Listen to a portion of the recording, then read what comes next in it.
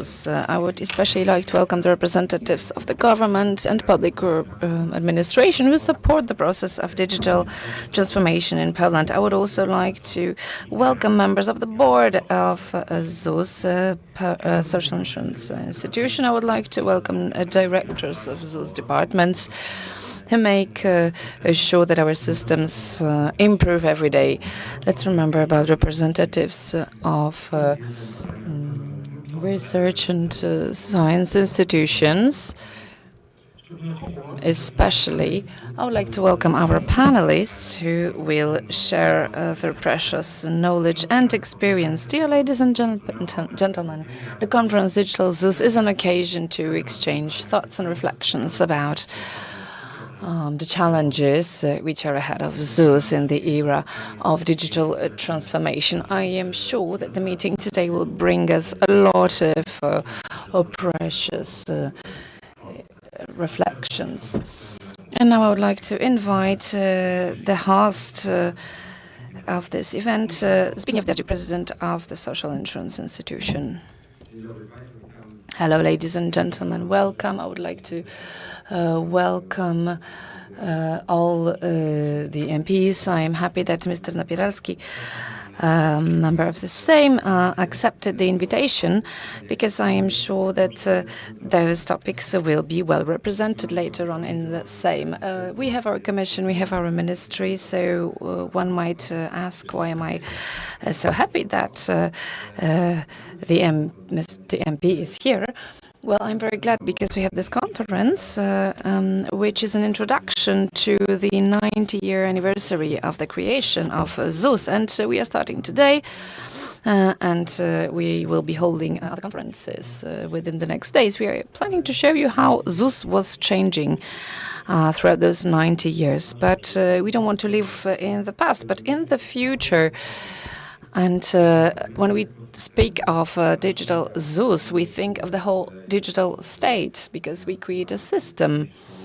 We have our digital system, PUE, which has been there for over 10 years. And it allowed us to develop many other systems. Sometimes we have situations in our parliament that some of the draft regulations do not always take into consideration the digital ZUS.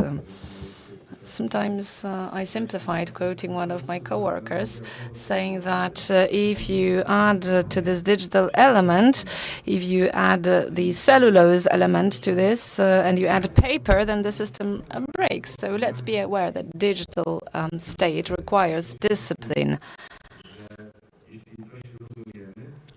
in the sense that we understand it, we integrate the system, and we add a very important component. Sometimes I have the impression that in the administration we have a race.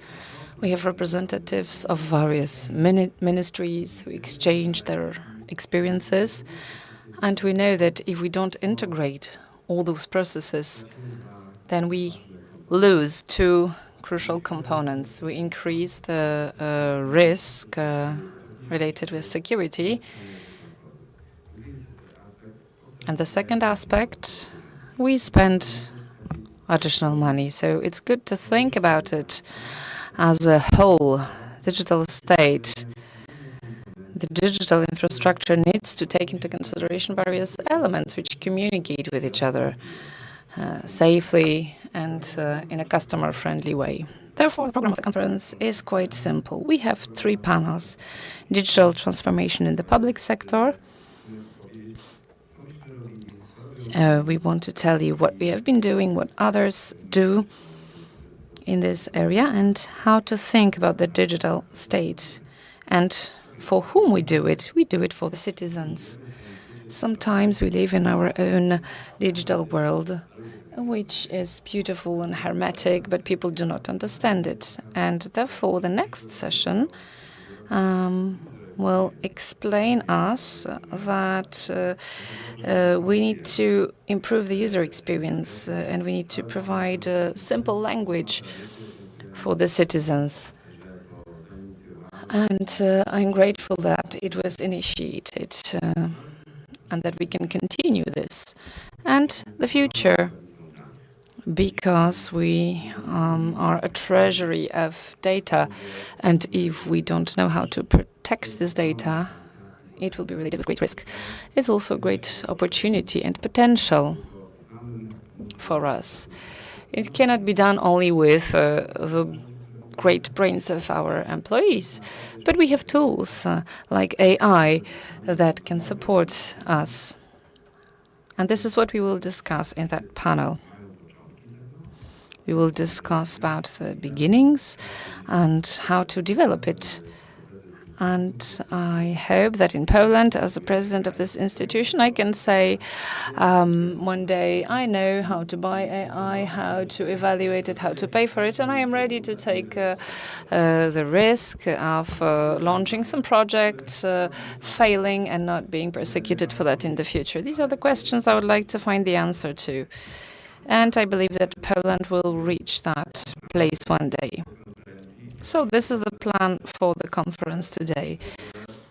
I'm very glad that I see so many people here.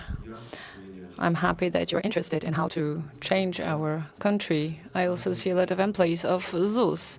But it's good that there are also people from outside who want to share their experience, who want to learn what can be done. And I hope that today will be fruitful, that we will share our knowledge and experiences and ask a lot of questions. Thank you.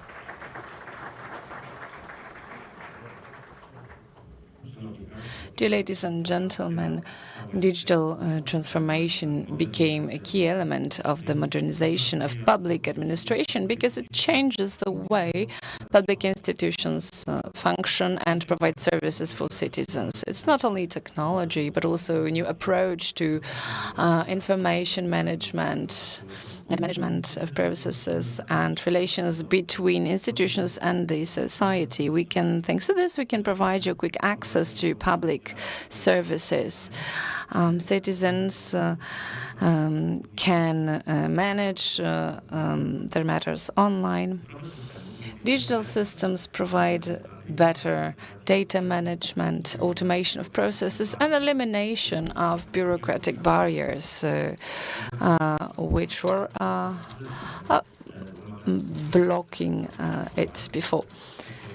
It's cooperation between public and private sector, between institutions and citizens. It's a process that is related with investments, education, and change of mentality, both employees and system users. The first panel will be devoted to those challenges which are ahead of us.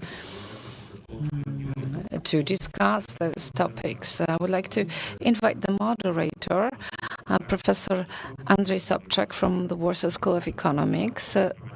The professor has been doing research on the digitalization of the public sector for many years. Good morning, everyone. I have the honor to moderate the first panel related with digital transformation. And first, I would like to invite panelists. And after a short introduction, we will start the discussion related with digital transformation. So I would like to invite Madam Agnieszka Jankowska, PhD, President of the Council for Digitization in the Ministry of Digitization.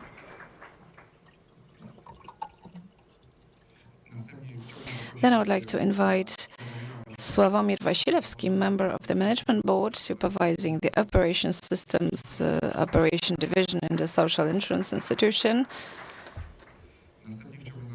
Next, Mr. Grzegorz Napieralski, MP, Chairman of the Standing Subcommittee on Artificial Intelligence and Algorithm Transparency, Deputy Chairman of the Committee on Digitization and Innovation and New Technologies. And also Mr. Dariusz Śpiewak, Member of the Management Board of Poczta Polska, and expert for digitization. I would also like to invite Mr. Hubert Gniadowicz, expert for digitalization and digital transformation.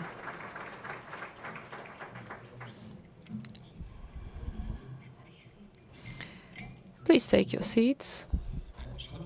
Dear ladies and gentlemen, as was said before, digital transformation, looking at a definition of it, the key is not digital, but transformation, so deep change of the way that organizations function in every aspect, on the level of business processes, at the level of the operations of organizations, but also behaviors of people. And when we look at public administration, it conducts projects related with IT transformation and implementation of new systems.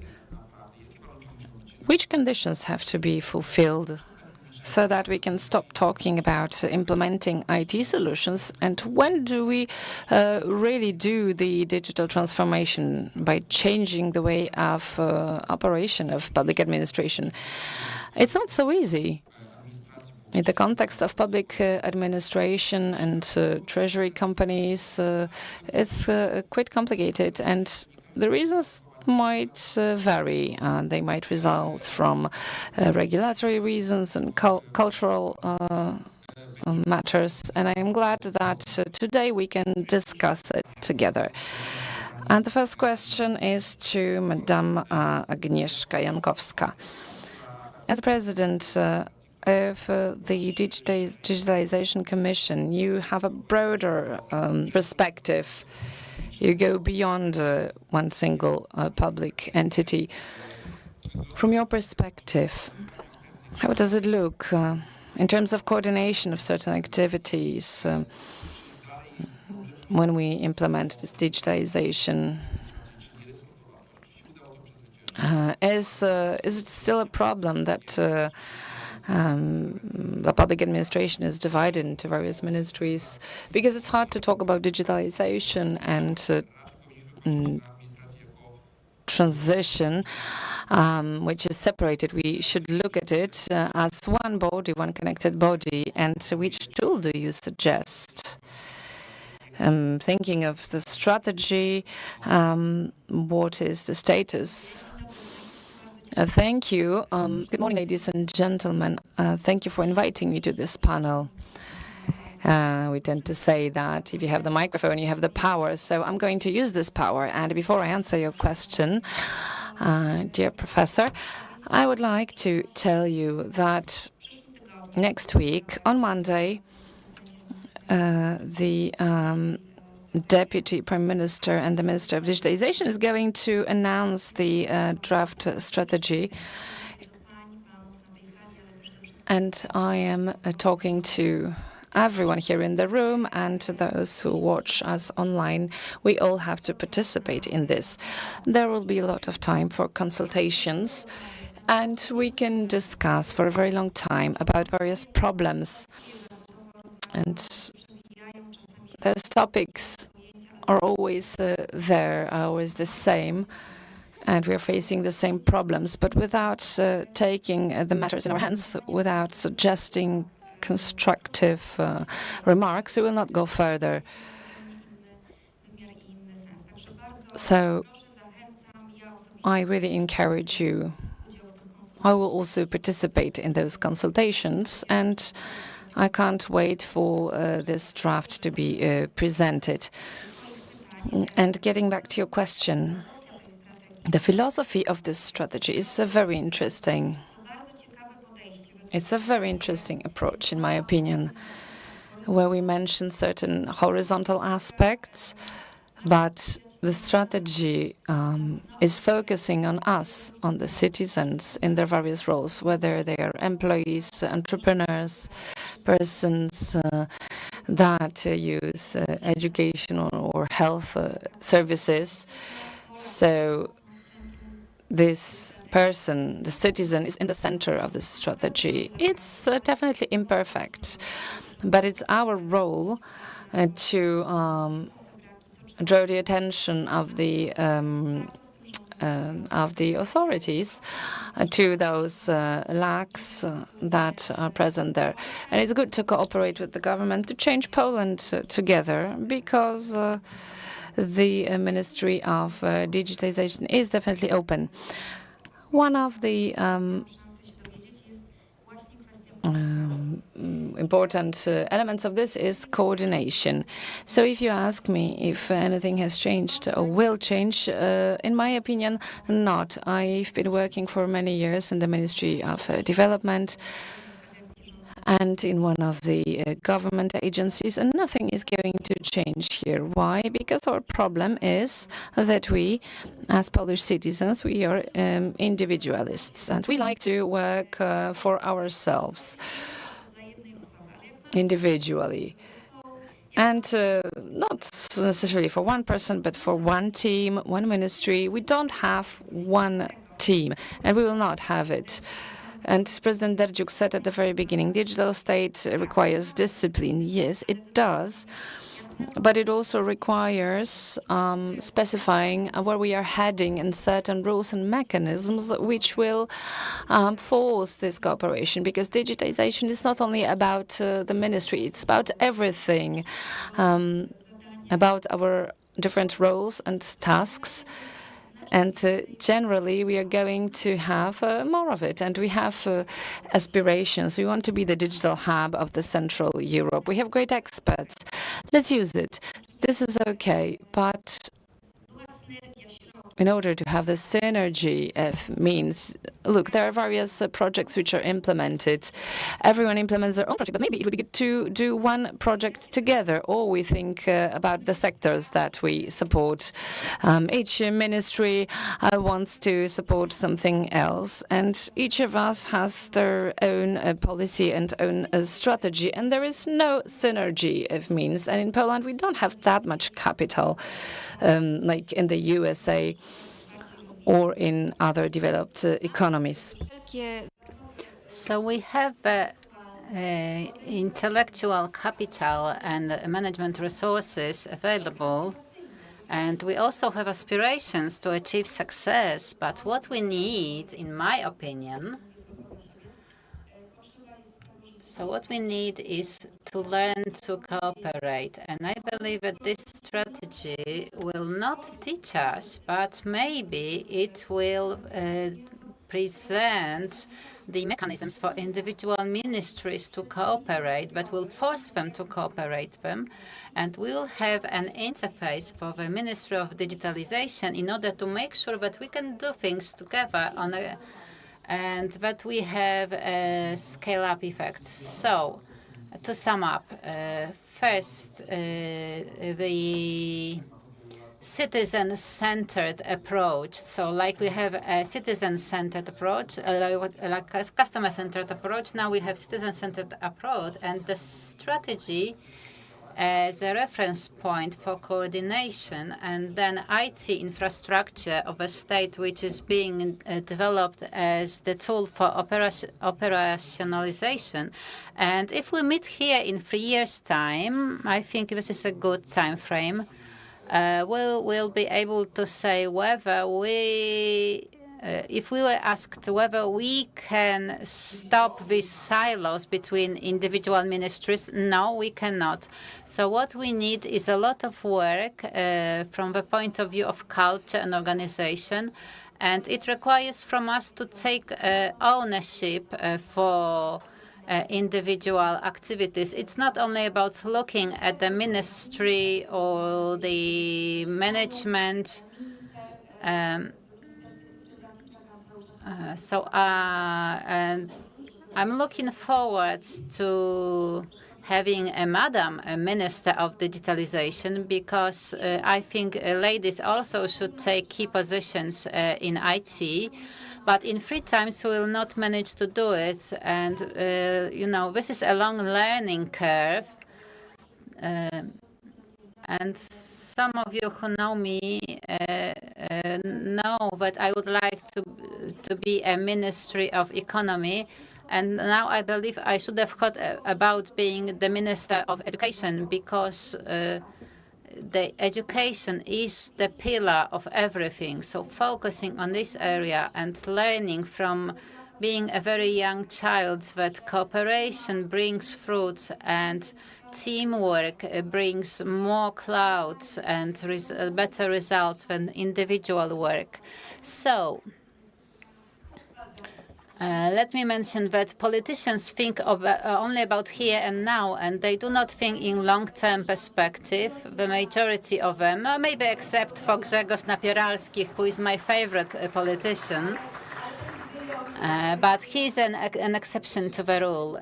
So what we need to do is to like each other more, to trust each other more, and to believe that we should pool our resources. So we will not provide help from the US or from the EU, but we need to be determined to succeed, to have aspirations, and to do it together. So my answer is no. There is no such an option. Maybe in 3 years' time we'll meet here together and we'll realize that strategy has helped us at least to achieve some of these goals. So despite the challenges, there are some organizations who have succeeded already. And let me move to Mr. Wasilewski. ZUS has embarked on this transformation journey a long time ago. I also was a part of it.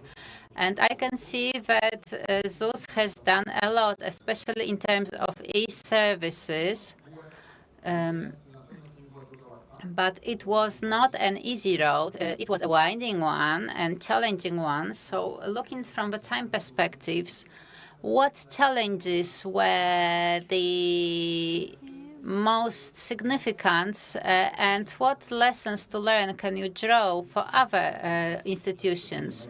Well, thank you for this question. Let me relate to what my predecessor has said.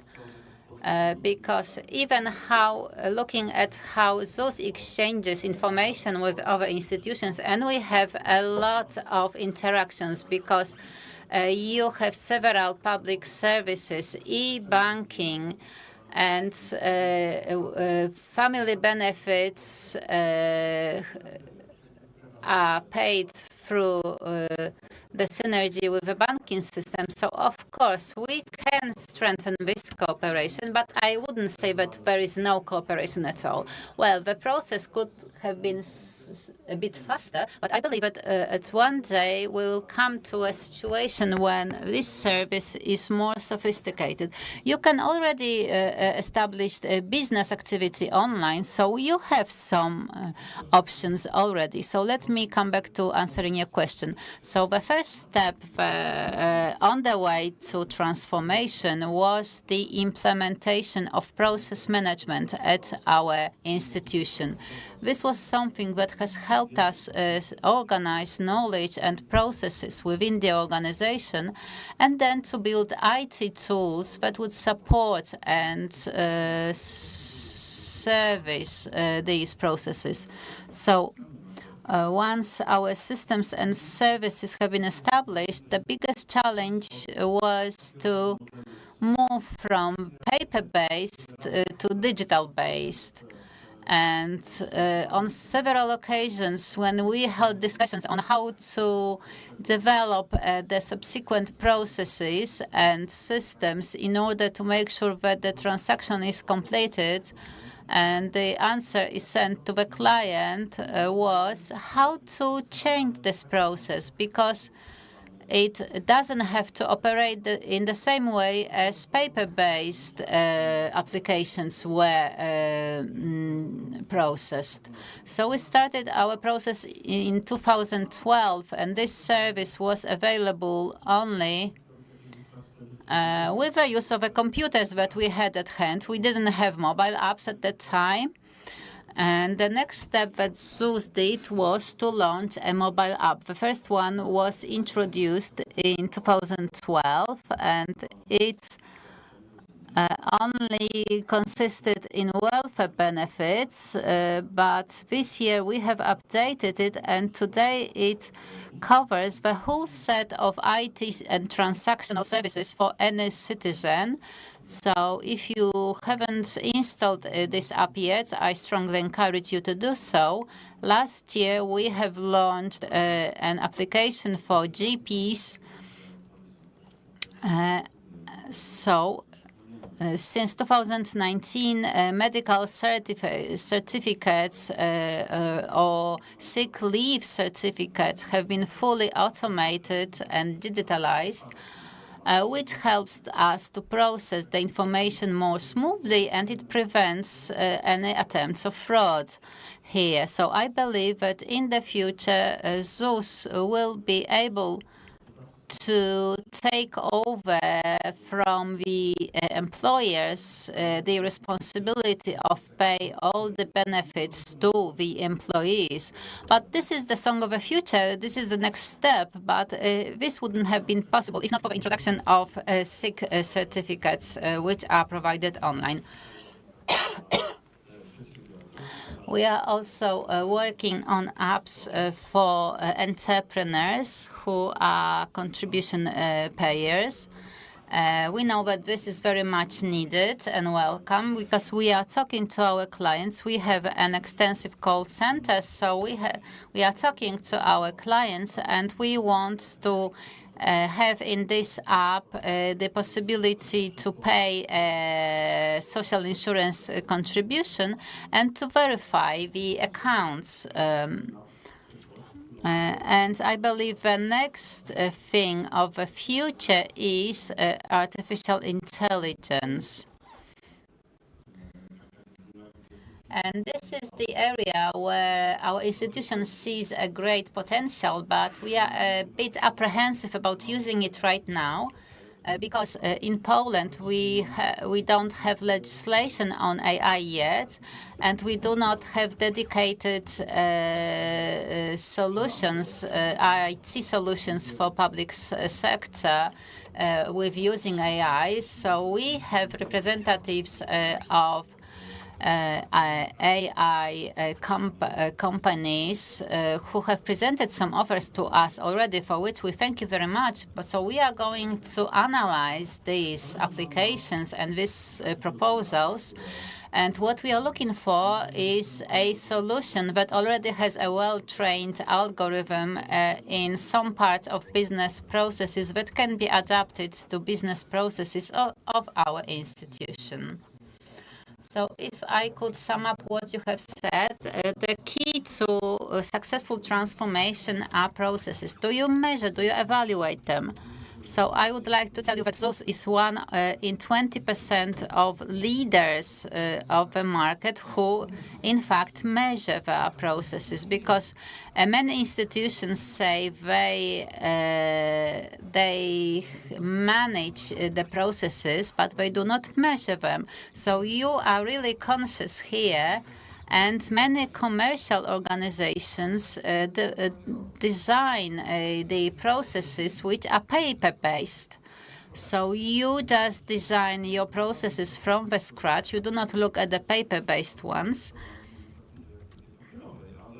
Yes, this is the fact, but we also amend these processes. We also change the indices because not all of them are perfect. So we have realized that some indices were developed in such a way that some units worked in order to reach the goals of these indices and not to provide services to our clients.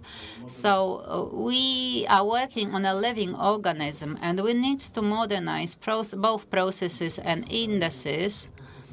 And going back to processes, I would like to relate to one more thing. As a result, we could standardize the client service in each of our regional offices because, and we have more than 200 of them. And in the past, our clients have different experiences, and now, thanks to the standardization, the customer service is also standardized. So this is a good path towards automation. Yes, absolutely.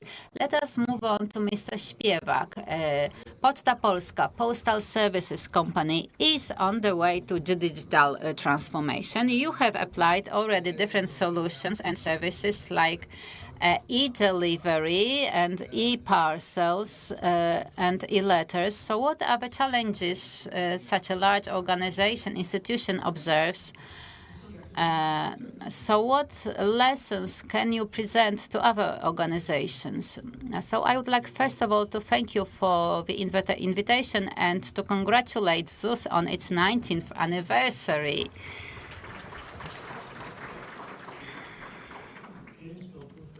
5% of this time I have been present with the organization. So going back to the digitalization at Poczta Polska, well, I envy everything that ZUS has done. First of all, they have an ever-growing demand of their services. In the case of postal services, since 2019 and 24, the main service we focused on was just letter delivery, because in terms of parcel delivery, Poczta Polska is the seventh player. Before that, it had 7% of the market. Earlier, we had 12% of the market share. So our market share is shrinking. And as you know, post offices and the costs of these our operations part of the public services. So this is not business based. It is more citizen services oriented. So this is why we are where we are right now. Because I believe the only central system we have, which is operational, is the logistics system, which, to my surprise, was implemented even earlier that ZUS did. So this is the only central system operating in Poczta Polska. So when I go to meetings at the Ministry of Digitalization and I hear this word, try to compete with InPost, which is a private parcel company.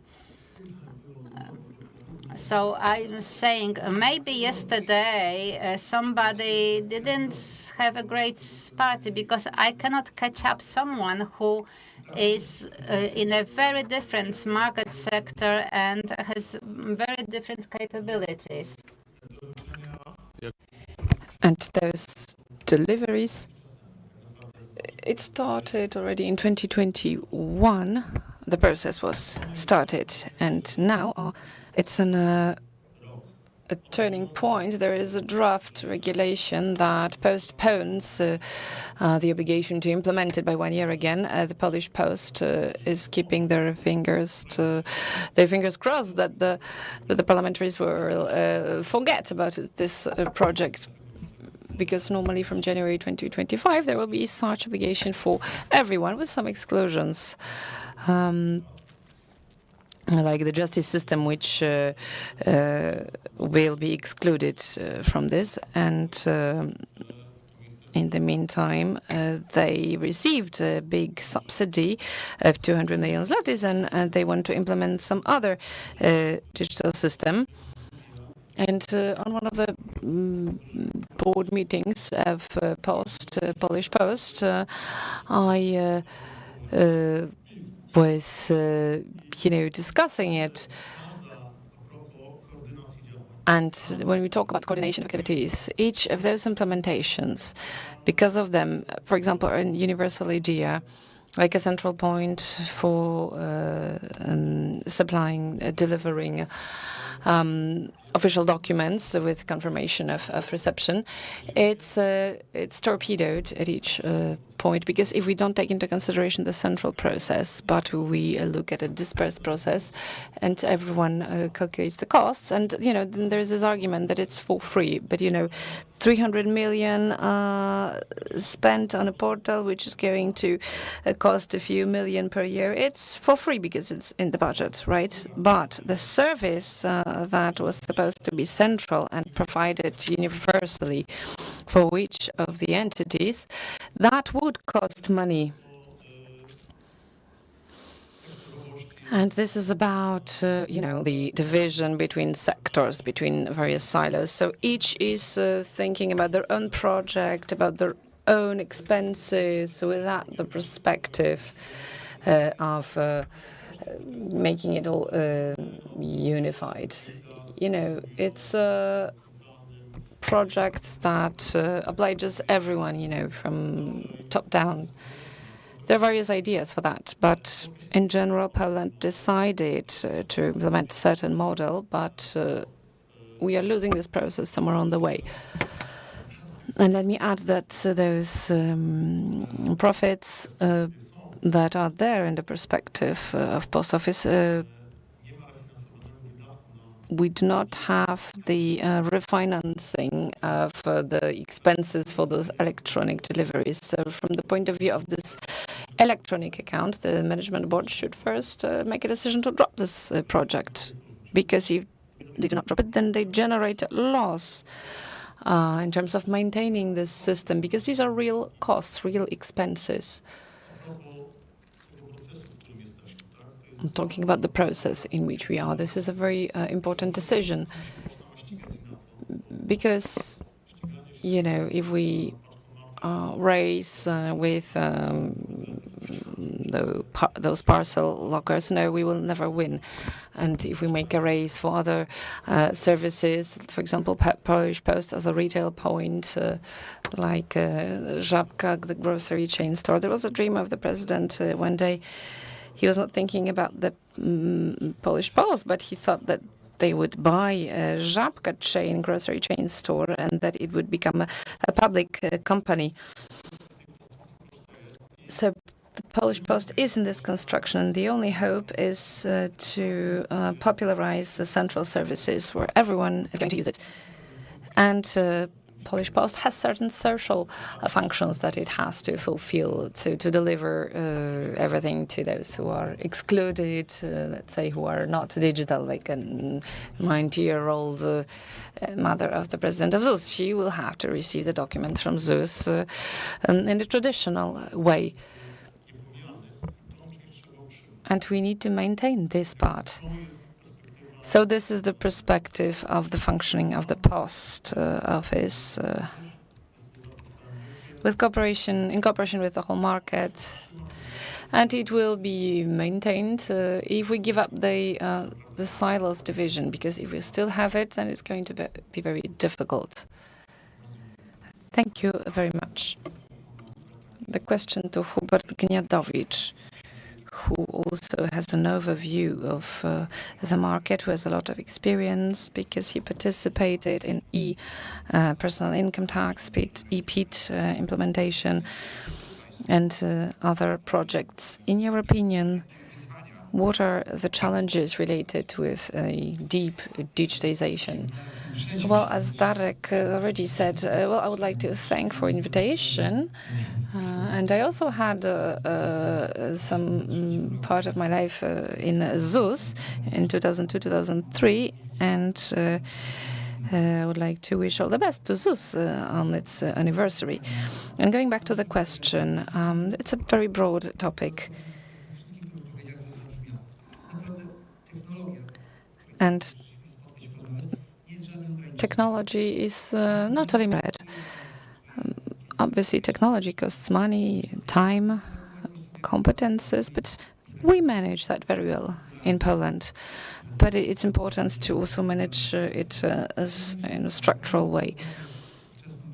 I talked to the Minister of Finance at that time, and there was a big project, and she wanted to know whether the project the ministry approved, provided budget, but she wanted to know my perspective, and she wanted to know more about the project. She was also a lecturer on the university, and she asked me, Hubert, what is the biggest threat related with the implementation of this project? And I said, well, it's that the biggest problem is that the most advocates of this project are here in this room. I was not sure whether after this answer the project would be continued. Fortunately, it was a person with a lot of charisma, and this conversation did not change the decision. But that's how it is. Technology, technological possibilities, budgets, especially in public institutions when the budget is provided. Those budgets are not very big, but they are there at the beginning of the project. They are not the problem. The problem is usually the mentality, changing the status quo, and the projects that change the reality. Because there are projects which digitalize certain service or process. They are really fantastic and they are needed. But there are projects and challenges that change the world. Like, for example, the digital ID cards. And we changed the access to services. Those projects need, first of all, a lot of courage. And, there is this protein cellulose component that was mentioned at the beginning. So people need to have a lot of charisma, like, Lewandowski is going towards the goal, and then the person has to be motivated to implement it, to deliver those projects. Because without courage, those projects might not be implemented, or they will be delayed. So we need courage. And there's this dilemma in public domain, how to implement some innovation so that we are not punished by that at the end of the day. I worked in the banking sector. Each of you know who worked in banking, you know that there's a committee for expenses, usually on the top floor at the headquarters of the bank, with the chief accountant and the president. And we would receive 40 questions, and if we didn't know the answer, then the project would not be accepted. So the project would need to bring profit, and it needed to have growth potential. And in public sector, it's different. We don't have the committee for expenses. On the one hand, it's good because many projects that would not work in private institutions, they are here in the public sector. And ZUS is the best example. Such project like ZUS would never function in a private sector. Unfortunately, ZUS is fulfilling its role perfectly for 90 years. So on the one hand, we have procedures, on the other hand, responsibility, and on top of that, processes. And then our mentality. And as Agnieszka said, I participated in creating this strategy with my team. I'm very glad that it was created. And if the professor asks me if we will manage to implement it, it depends, of course. But I think that we cannot give up trying. Even if we need to try 50 times, we need to do it. And I think that we are quite a rich country. We cannot afford to work without processes. We cannot afford to have those silos functioning all the time. I'm looking at the education of my children, for example. They are just graduating primary school, and I look at the methodology of work. Well, there is probably still something to be done here. And we will not change it soon. And if we cannot change it soon, then we need to make attempts so that this work is not divided between silos. And it cannot be detached from the problem which we are facing.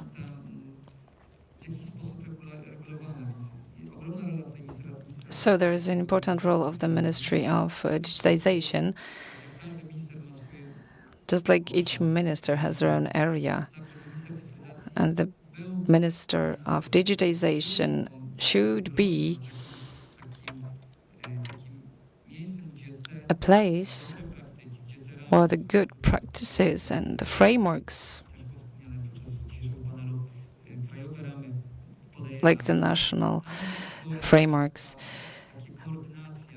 of projects that should be there, together with coordination, setting certain boundaries. There are various institutions, but very often 3 ministries had similar projects. They would get financing for the same projects. Can we afford it? Well, apparently yes, but does it make sense? Well, each of us would answer differently. So I think the role of the Ministry of Digitization is very important to fight for these frameworks, to set directions and best practices. And I see the role of the Ministry of Digitization here, and the council that Agnieszka presides. It should be a maybe decisive center, or at least a center of supervision, setting directions. Okay, so to summarize, on the one hand, wise coordination based on certain tools, and on the other hand, the human factor. And in commercial companies, we also see them as digitization leaders with the use of digital tools. And I think that in the administration, we need still some time. But if we have such leaders, then the administration can implement very ambitious projects. And I will also refer to the previous discussions about regulations and AI, and let me refer to the MP. The regulatory issues, digitization and AI, what is the status? Because we are all waiting for this, because AI is not something that we can skip. It's not just next technology. It's something that will change our reality for the next 20, 30 years, just as the internet did before. So now we have AI, and it's a responsibility of our era to prepare also the public administration for this. Absolutely. Since AI and algorithms have left laboratories, a new space has opened for revolution that cannot be described, that we cannot foresee the results of which. It can be greater than the internet revolution, greater than the industrial revolutions. Well, I think it is greater than the two combined. But going back to regulations, I would like to speak on a more positive note than Agnieszka. Because for the first time in history, the Prime Minister of Polish government has appointed a Deputy Prime Minister as the Minister of Digitalization, which has quite a lot of political clout. And I'm talking about it because when taking decisions in terms of legislation, the strong role of a Minister of Digitalization is a big advantage, because in the past you had to wait for compromise, and the Prime Minister has decided to do it. So we have someone who is an expert in IT, that is a Minister of Digitalization. So the first project was in 2010, and everyone loved that you had a Minister for computers and mobile phones. And now we know how important digitalization is. So I believe that this silo will be broken in Poland, because we have a different politician who stays, who leads the government, and we have agreed that there will be a cooperation between the Ministry of Digitalization and the Parliament. The second success is that the Digitalization Committee, it has been given different names throughout the times, but it has never been the arena of political conflict, which also gives space for reasonable discussion about this process, which are indispensable. So at the beginning you ask, will there be such a moment that Poland is already digitalized? Well, you will never see such a thing, because a new technology will be appearing time and again. Because today we are talking AI, which will change our reality, and my predecessor has mentioned it. He said he was apprehensive. Me being an IT expert, well, I'm a bit cautious. Well, but what we are going to do is to improve these services, and we have no other choice as the state, because the world is changing so fast that you cannot stop it. And I cannot imagine any institution, be it ZUS or Poczta Polska, would give up this development path. This is just impossible. And I'm an optimist, because when you look at our history, it was quite late that mobile phones were introduced in Poland, but thanks to that, we very quickly caught up, and we very quickly got used to e-banking. And it was seen as an advantage, regardless of the age. My mom, who is 80 plus, uses e-banking, and she's really proficient with it. So what should happen on our side? Here I mean the government. The more consent we have for the consolidation of e-services and working together, the better. So if one ministry is to spend 300 million and the other 250, well, we can spend less if we pool resources. And I believe that the leader and the coordinator for such a process should be the Ministry of Digitalization, because it is capable of managing such processes. And I can see no other solution here, because then it would just get out of control. Well, these processes should be implemented rather swiftly, because technology is progressing very fast. And as the President has mentioned, security is of paramount importance. And the Polish state is responsible for making sure that Polish citizens feel confident and secure when using e-services. And it is up to the state to ensure that. And I absolutely agree with Madam President that we need to educate people about it, and that we need to change mentality in the institutions. And it is also the question of buying the cutting-edge and secure solutions that would be used. And obviously AI, you cannot forget about it. I'm really satisfied that the Ministry of Digitalization has developed the first bill concerning AI. Poland aspires to be a leader in the EU concerning AI legislation. And looking at the European and American markets, our approach to AI and relevant processes are different. So I believe that, well, this is the question, whether you should be more stringent or whether you should let it go. Because I watched a documentary with Bill Gates concerning the regulation of AI, and if you define it well and if you get prepared well for AI, this will bridge the gaps for all e-citizens in Poland.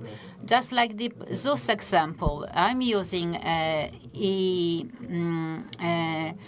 ZUS e-platform. So, for example, I submitted applications for various benefits online, and unfortunately, I no longer can use this app, but well, I'm talking about it.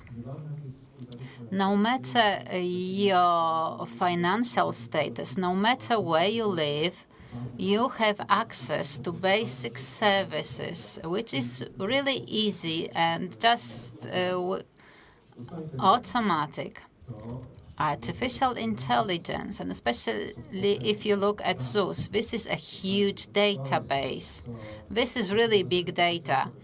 And I cannot imagine any other institutions. Well, National Health Fund is the other institution that deals with so much data. So if you prepare well and if you operationalize it well, this is just a revolution for an average citizen, because technology has no limits.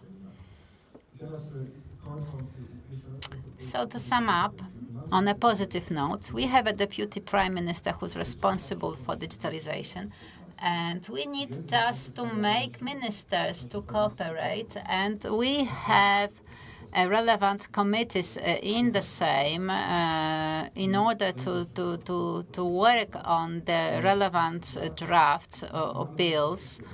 So we have an alternative. We will either do it or we will lose this race as a public state being an important player on an international arena. So if you are not aware of it, you should either leave politics or, I don't know. So techno-patriotism is the question of the public state and its position. Because the next war will be a digital war, a war for data. So decision makers should be aware of it. So far, we have discussed in the perspective of the institutions and their cooperation and coordination. Let me move to Agnieszka Jankowska and citizen-centeredness. Does the Ministry of Digitalization have knowledge about these services and opportunities for coordination in this scope, in this area? Should you educate citizens about e-services? Because with the development of the services, you need to keep up to date. I'm not a pessimist, I'm a realist, because, I tend to be optimistic about things, but you need also to be realistic in order to take brave action. And before I answer your question, let me go back to the Digitalization Council, because maybe I didn't extrapolate on it enough during the first question. So the Council is an advisory body for the Minister of Digitalization. And together with other council members, we want to pool resources. So when we have council meetings, we will also discuss the security of digital services. So when we talk about it, I'm inviting experts, and not only from the Ministry of Digitalization, other stakeholders are invited too. And let me give you an example. The champion of attestations in biofuels is the Institute for Biofuels, Polish Institute, which operates on the European arena. And thanks to being open and to discussion, and thanks to exchange of experiences, well, it is great that ZUS and Poczta Polska exchange experiences. So going back to certification in the area of cybersecurity for SMEs, and we have decided to use existing experiences. So what do biofuels have in common with cybersecurity? Well, it is certified on the EU level, and this is something new that hasn't been verified. So why to reinvent the wheel? We can use the experiences of other institutions. So As far as digital transformation is concerned, so you remember that innovation was the talk of the town a few years ago, and now it is the digital transformation or digitalizations. But we have research results of a research that Digital Poland Foundation has conducted on how Polish people view latest technology, and the research results shows that Polish people look forward to technological innovations. Obviously, we live in the bubbles, be it residents of large cities or some experts. So we know that we do not have the same approach, but still, in general, we are open. The success of the ZUS program, be it 500 plus or 800 plus, which is fully digitalized. So regardless of the place of residence, each Polish citizen can use these benefits and apply for it online. So technology is not the obstacle, but there are many other obstacles relating to education. So the digitalization strategy has a chapter concerning digital education. And it is not about the ability to use technology, but the question of using technology in a responsible manner. Because what Polish people are most afraid of is losing their data. And you know, all the headlines that hit the media concerning data leaks do not build the trust. So we, being representatives of various public bodies, should make sure that Polish people have trust in public administration, in public institutions, or government in general. Another thing, accessibility. And I absolutely agree with President Śpiewak that Poczta Polska cannot compete with InPost because this is a different market niche. And Poczta Polska is a public service company, so we need to make sure that accessibility is provided for everyone. Not everyone uses swatches. Not everyone uses mobile phones. Not everyone uses mobile technology. Not everyone, be it elderly people, people who are disabled. So simplicity is another thing. So we want to make sure that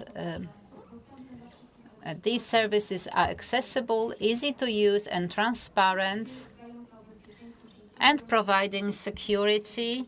So we have a whole chapter on cybersecurity, and we'll soon publish cybersecurity strategy for Poland for 2025-28.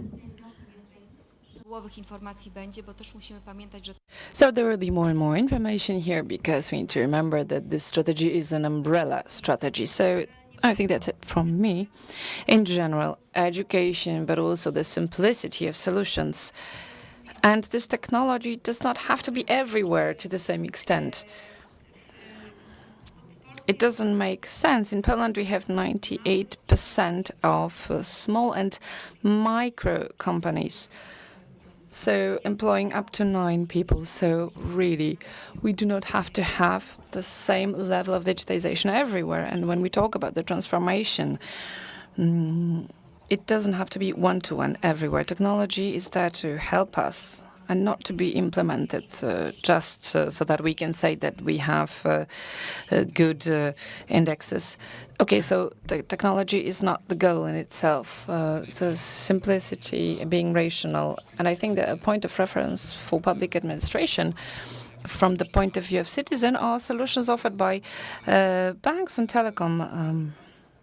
That is the benchmark. Yes, one more thing to my favorite chairman. We did a lot of progress in telecom, but we still have a lot of white spots. with no access to internet or very limited access. And here I have a lot of hopes related with the Commission for Digitalization and for AI, because it's also very important.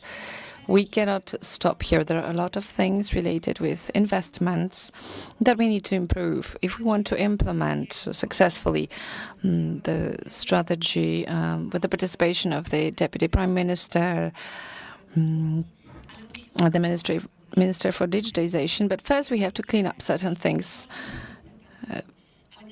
In general, building a new BTS in the EU, on average, it takes 8 months. In Poland, 2 times longer. Why? Can we do something about it? And what I mean, generally, is that we have ambitious goals. Let's have aspirations. Let's try to be the best.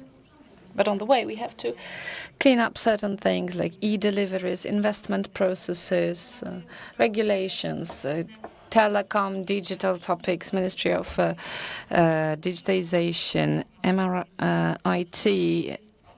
You know, it is a challenge. Yes, it's complicated, but the question to Mr. Wasilewski, the expectations of citizens, the willingness to direct the services of ZUS, in which direction do you plan to develop those technologies to fulfill the needs of your clients? We are listening to our customers. We have this possibility thanks to the call center that I already mentioned. We answer 3,600,000 phone calls annually, and we answer to 1,200,000 requests and questions by email. So this is really a huge source of knowledge about the experiences of the users. And on top of that, we are improving the customer journey and business processes because we are mapping those processes, and we know all the difficult elements. We know why the customers call our call center, and these are the inspirations for us to improve those services. We've already discussed the platform of digital services, but now we are working to improve the user interface. This is something that was designed when we were implementing PUE in 2012. Now we want this interface to be more friendly to the users, more intuitive, and closer to how other portals of public administration function. And this interface is designed together with the Ministry of Digitalization and Central IT Center, which have a lot of experience. And we are designing those mock-ups to implement those services later on. And other things that we want to do for the customers, let me refer once again to the AI and develop this topic. The application of AI, which is the least risky, is the customer service. And now I would like to refer to chatbots.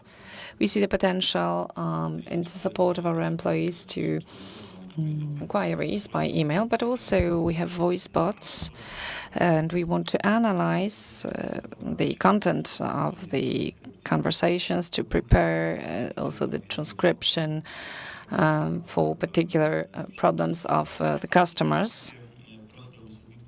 But we also have simple services that could be done by voice bots fully, for example, providing basic information, because we have a lot of questions. For example, when am I going to receive my allowance or my answer? But also making appointments for, let's say, sick leave documents, but also traditional appointments in our offices. We are also now supervising a pilot program where the customers will visit our offices only after taking an appointment. This already functions in other institutions in the EU. So now we have a pilot program. And let me tell you one thing. We are now trying to create a solution that will allow us to implement through video calls with our customers.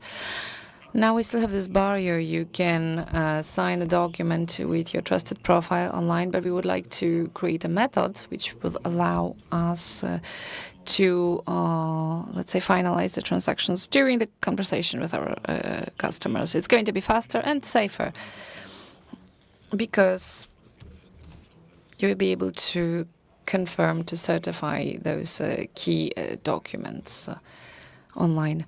Similar question to Mr. Śpiewak. Innovative solutions. But before we move to innovations, more technical issue, technological debt. How are you planning to cope with it? Because it's a system that is the only central system. But on the other hand, we are discussing AI, maybe blockchain, maybe some other solutions. Yes, from artificial intelligence, first we will implement this element of artificial. There is a system for customer service already there. It has a proud name, Poczta 2000. So amortization was performed at least 3 times. But the fact is that if we were to implement another aspect, let's say in call center, we are proud that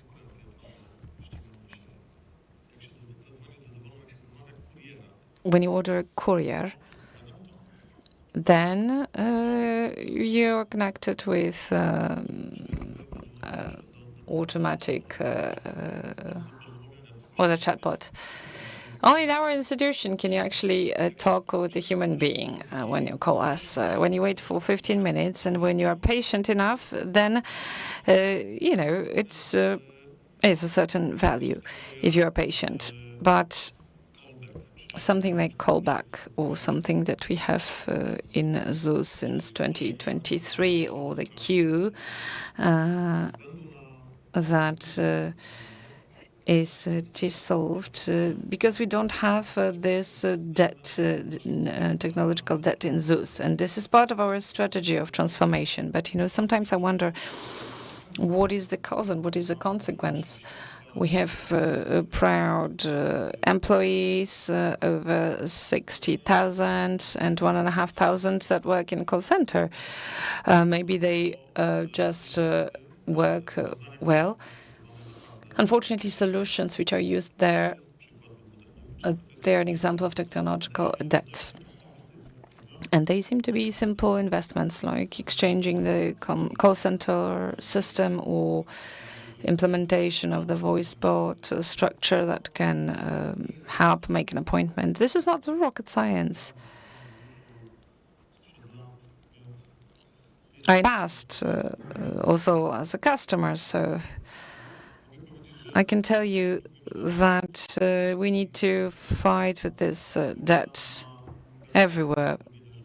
Poczta Polska has perspectives to catch up with the past, but we need to exchange all the elements at the same time, starting from the organizational change, which we already started. But the question is, what is the cause?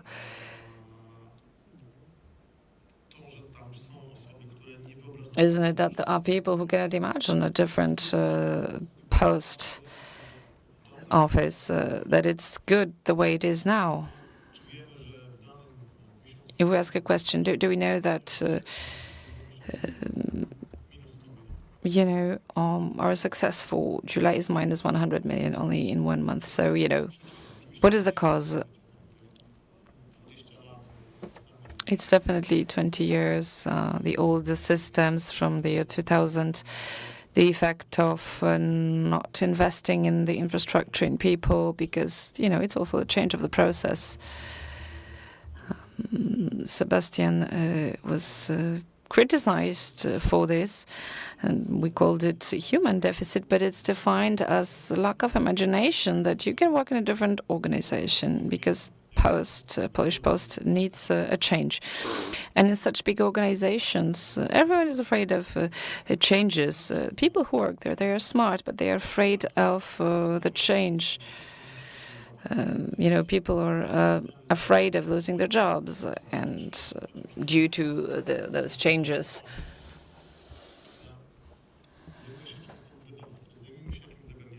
I often say, okay, let's focus on something, and then I go deeper into that, and then I think, well, I'm sure that post office did that before. So, the post office was always trying to do something, like central system, call center, everything that I analyze, I will always find a certain procedure or precedent proving that it already was there. But Poczta Polska needs a change. That's my main message. But with good and stable leadership. Yes, that's why we can say that now the management seems to be determined. This is public knowledge that, we say that the post office does not pay well, and people complain that we cannot give them 1,000 more. 80% of the people earn minimum wage in the post office. And, this is really a lot of money involved. Polish Post has 800 million loss. It's only the state that can save us, that can help us with appropriate subsidy, the same scale as they provided the money for the TVP, Polish television. So this is the answer. Okay, so there's technological debt, but also in terms of process, organization in each area. As I said, I envy ZUS in each area. But do you see any light in the tunnel?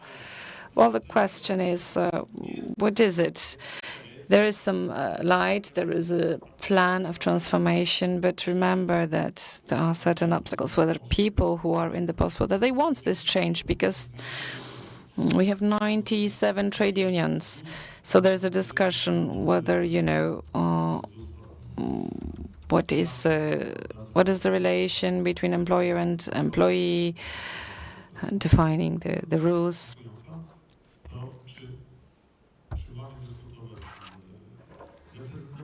Should we discuss with representative unions only, or with all the 97, or only with half of them? Which is also a challenge. If it starts now, it's going to end in 1 year. But the question is whether employees want to wait 1 year for negotiations, because that's how long the process would take. Polish Post is in such a state that it's going to be difficult to survive 1 year at this pace. And at the same time, we need to change the infrastructure, because there are such needs, and systems, and organizations, and the business.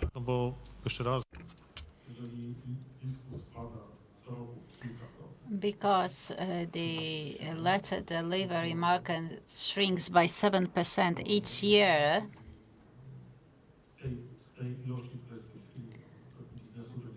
so in 3 or 4 years, this business will shrink by 50%.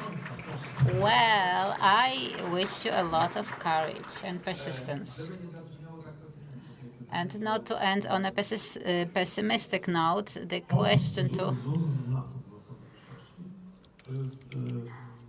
well, those who work of ZUS, the definition of success by Churchill, from failure to failure without losing enthusiasm. Now, the question to Hubert Gniadowicz. Let us look at technology. We have discussed organizational issues, human resource issues, and from your perspective, how do you look at technological solutions that are already on the market, be it blockchain, bots, or other? So which technology can really have an impact on technology innovations? Because this is not a rocket science. Even basic solutions, chat bots or voice bots, give measurable benefits. So where would you start? Well, let me start with giving support to Darius. Dear all, let us write letters to help the government and Poczta Polska.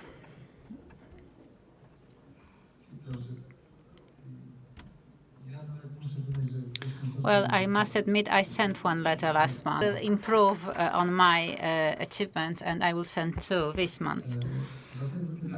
So going back to your question, it is difficult to say which technology will be a driver of change. We all believe that AI is a big opportunity and a threat at the same time, because soon we will present the first bill for public consultation concerning AI, and the Committee for the Cybersecurity will also be operating. Well, the Americans would say that this is too early to do it, but I believe that we already have some reference projects at the Ministry of Finance. For example, for 18 months, you provide taxpayer services using voice bots, chatbots, and AI. The Ministry of Digitalization is working on the implementation of chatbots on its platform. We also cooperate with General Prosecutor Office on a project to scan legal documents and to prepare a recommendation document for them featuring several cases. So the best one will manage ZUS, Ministry of Finance, Poczta Polska as well, I do believe in it, will manage. These are the main players who are willing to and have skills to do it, so they will manage. Because they are already doing well, they are implementing latest technology. Well, I believe it is easier to acquire people for an interesting project. If you have a sexy project involving latest technology and has a cloud on the market, the money will not be the main issue, because people will be motivated to work on an attractive project. But what is interesting here, during the next discussion panel, the speakers will discuss the content and the language, how to reach our recipients. Because technology is important, but let us leave it to experts. Because obviously architecture is important. The development of projects is important to make sure that in 5 and 10 years this will not be outdated, because the operation of this project is really the key question. But we will also need to make sure that these projects respond to a real need. So it's not only a cost-effective technology that is efficient, but first of all, this project should address a specific need of the public, and to make sure that clear client-centeredness is really at the center. And it is great that we have the panel on the contents and language and communication, because we have received another award for payments within e-citizen platform. This is a really simple idea, but someone just realized that you have a citizen and you have mobile payments. And we are really a global leader in terms of mobile payments, especially in Europe. Poland is leading.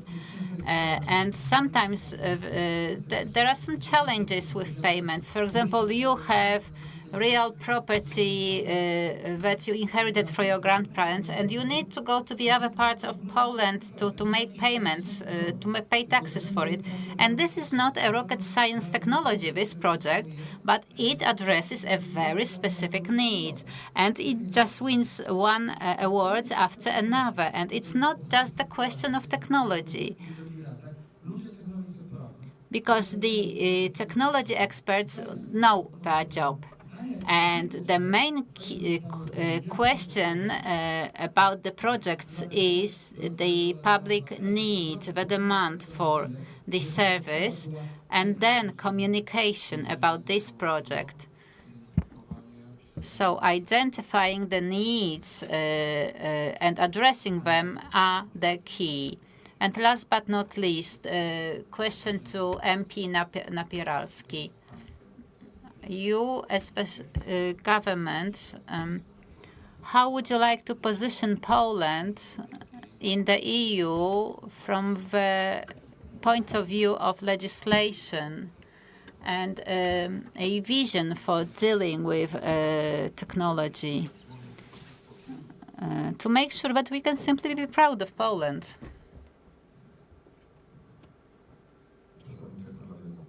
Sometimes technology can be challenging. So I remember in some discussions that we mentioned Japan, which was really a transformation leader, then China or Estonia. I'm mentioning Korea because this is a small country which is in a very, very difficult geographical position and political position, and yet still became a leader. So it is all up to the people. So if you have a president of ZUS, the president doesn't need to know technology. He just needs to have a vision and to employ people who know how to answer these needs, how to implement relevant technology, how to coordinate the processes. And I'm mentioning the president only because before the panel, we have had a chance to chat, and what I was surprised with was the fact that you can coordinate things and ZUS can show its vision of how to do things. So once you have vision and courage, you can do it. And even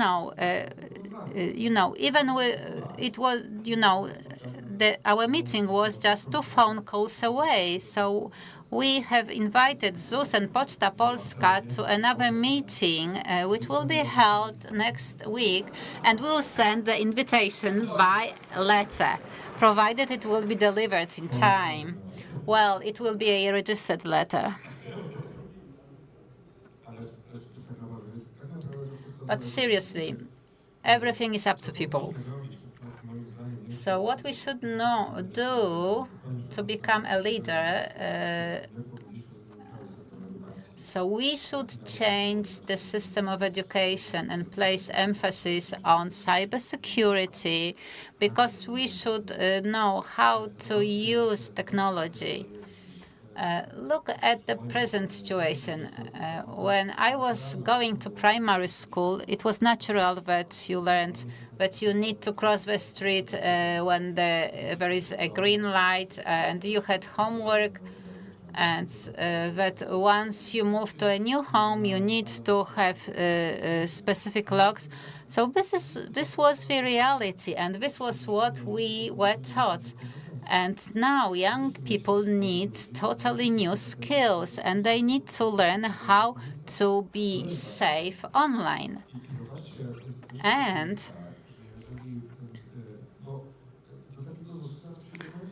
my daughter will soon use the services of ZUS, and it will be natural for her to use online services. She no longer watches TV. She only uses her mobile phone and her laptop computer.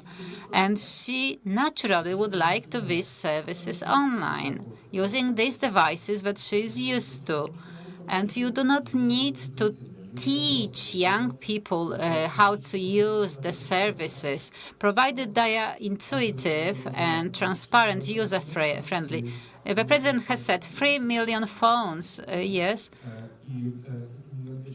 and 1,200,000 of letters. So you need to teach people how to be safe, and once you have the skills, then you will have leaders, and the people who will replace us, both in politics and social insurance institution, they will know how to do it. So going back to politics, we should be brave. And one of the panelists has said, and this is the way of thinking that we should adopt. So if ZUS or other public institution does something and there is a technology that doesn't work, well, this is a lesson to learn. I remember my one visit to Israel, and there was an office there which was responsible for implementing innovations in the public system. And they said, if one project in 10 is successful, then we'll open a bottle of champagne. And they just accepted that, you learn from your mistakes. And we should adopt a similar way of thinking, because sometimes things do not work out. And the law should catch up with reality, and the law should be adopted soon.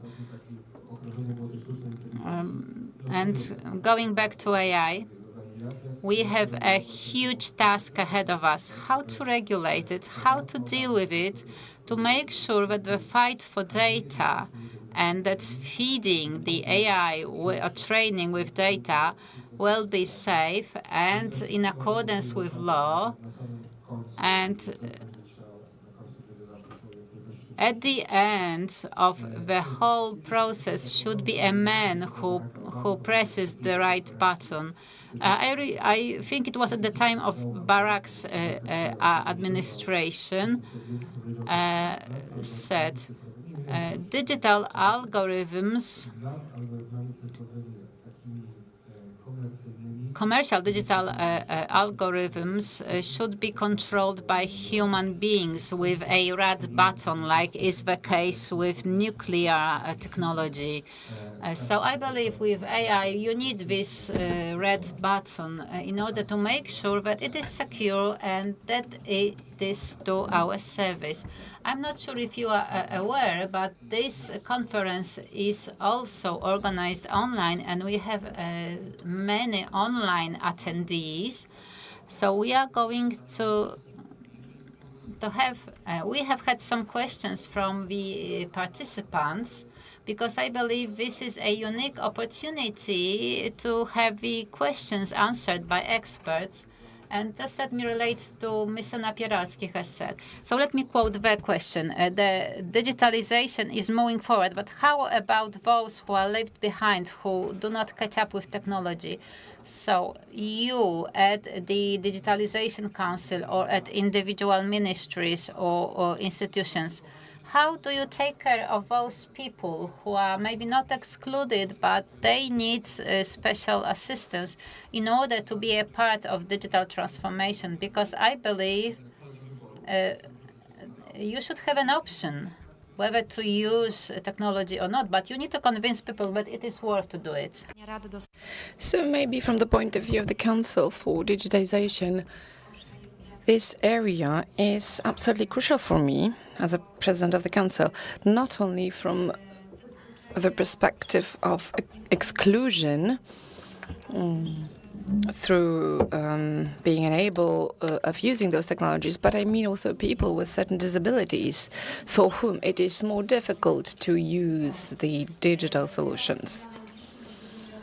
Now, on the next meeting of the Council this Friday, we will discuss a social project, local digital centers. This is an initiative of citizens which assumes that in small towns there will be organized certain workshops for people who can learn to use various technologies, to use them in a safe way. That enables them to use, for example, bank applications safely. There will also be a recommendation of the Council. I don't want to speak on behalf of the Ministry, but the Ministry also has its projects. There is the Center of Digital Competences in the Ministry of Digitization. There are a lot of activities taken by Ministry of Education. But when it comes to the Council, we will recommend to support and develop this project. For example, in local cultural centers, or there is an initiative organized by cinemas in small towns. And it cannot be just a single campaign. We need to repeat it, and we need to learn those new features together with the development of the technology. Yes, and here Poczta Polska will introduce this process because we provide services. For example, we have something which is called PUCH, so post hybrid service. So people can give us an electronic document and we can reach various places with paper documents. There are municipalities which can send us all the local taxes, and the post office will recognize who has the electronic address, and if people do not have this electronic address, then we will send them printed documents in an envelope. Okay. I just want to tell you about one thing that we can do, that you as an institution can also do a lot here. For example, like TV series or some breakfast TV shows, which are very popular. Maybe the Ministry of Digitization should do an educational component for elderly people so that they are not afraid to use it. For example, if they hear it in the morning on TV, or if it appears in the TV series that they watch every day, and then they can have access to those centers in small towns that you mentioned, that it can be done. And those people who are excluded digitally in small towns, or elderly people, I think that we can really guide them. Yes, let me just tell you that ZUS already did this kind of placement in various TV series. We also have our own TV show where we present those new technological solutions and we promote them. But I will refer to what the President said, that it's important for ZUS, that the possibility of submitting requests is only digital. We want to address the problem of people who are excluded digitally. And in each of our entities, we have a stand where a person who does not have a computer, for example, they can come, and the employee of ZUS will help them, and they will submit the application electronically on behalf of the client. And for ZUS, this is also an important value, that at the end, this application will be sent online and will be processed automatically. And let me refer once again to our call center, because around 20% of the problems addressed online are technical problems. And this is also the way through which we explain and we instruct the users how to settle a particular matter. So there are those activities, planning, operational, and also educational activities. We are slowly coming to an end of this panel, a digital transformation in public sector. If I were to summarize the presentations of each of all the panelists, I think I would say that the keyword is not digital, but transformation, going out of the comfort zone, a willingness to change, leadership, courage, and not being afraid to experiment, to make sure that it's safe and so on. But I understand that there is political will. It is only about overcoming and coordinating certain activities. And the point of reference can be the digitization strategy and then the architecture of information. Thank you very much for your participation. Once again, I would like to thank all the panelists, Madam Agnieszka Jankowska,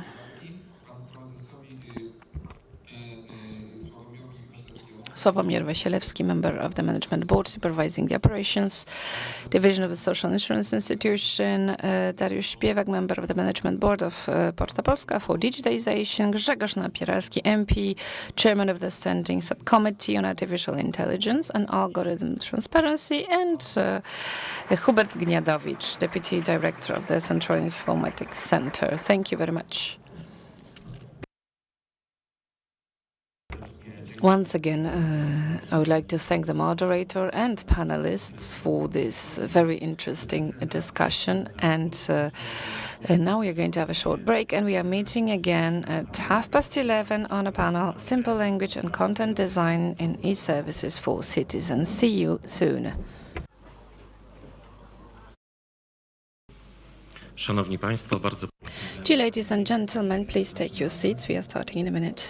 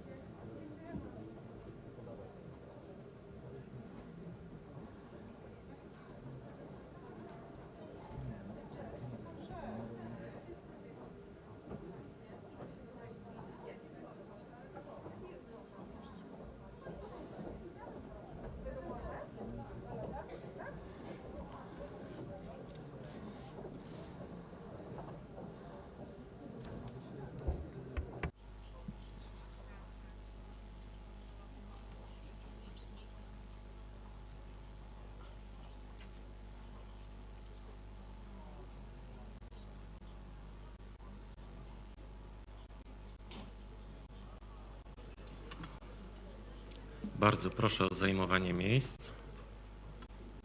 Please take your seats.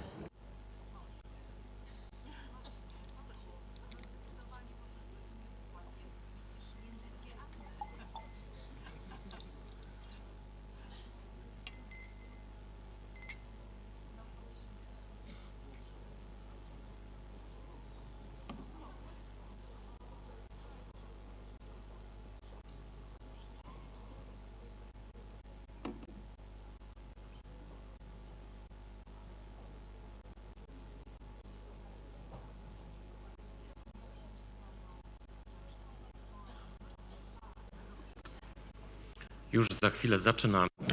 We are starting in a minute.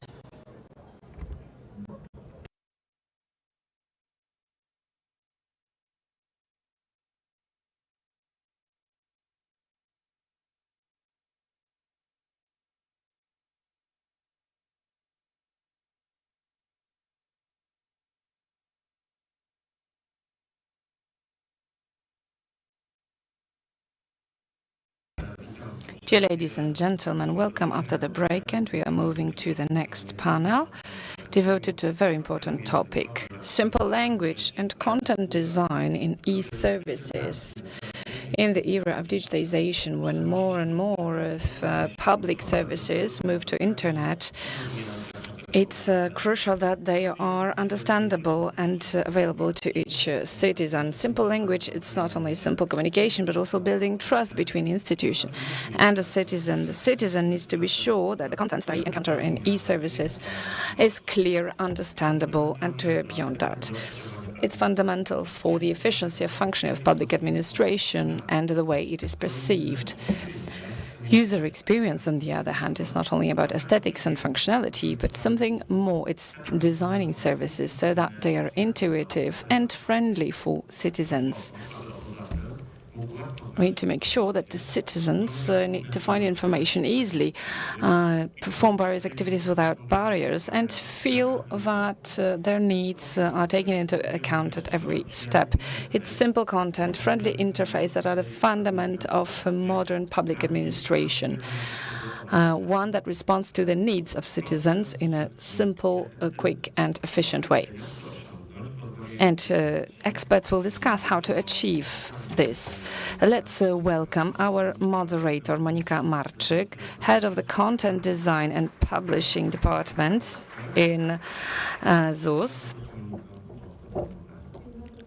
Hello, everyone. I hope you can hear me well. I wanted to welcome our great panelists, Professor Tomasz Piekot from the University of Warsaw. University of Wrocław. Okay, my first faux pas, University of Wrocław. I should have known that because Professor Piekot was helping us implement simple language in ZUS. Good morning. Paulina Lipka from the Center of IT, who will tell us about how the work of content designer administration looks in practice. Anna Szybalska-Idzik, head of the Department of Promotion of Simple Language and Publishing in the Ministry of Funds and Regional Policy. Stanisław Konował, expert on the use of plain language in the office in the Ministry of Justice, and also a well-known person when it comes to communication in business. Anna Talarczyk, eHealth Center, expert for management of customer experience. I would like us to discuss mainly why we are meeting here in ZUS.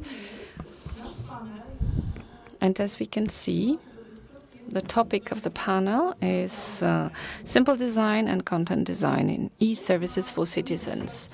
ZUS has certain experience in the implementation of simple language. I would even say not as big as the Ministry of Funds, because only 8 years, but still, and it has some experience in implementing digital services.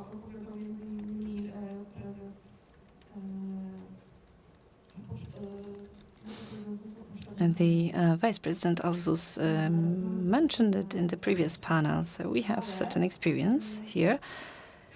But I wanted to discuss, because we have such great experts here,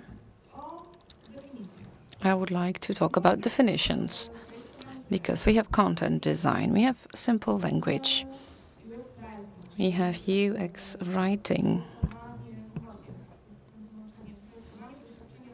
So designing the user experience and the content.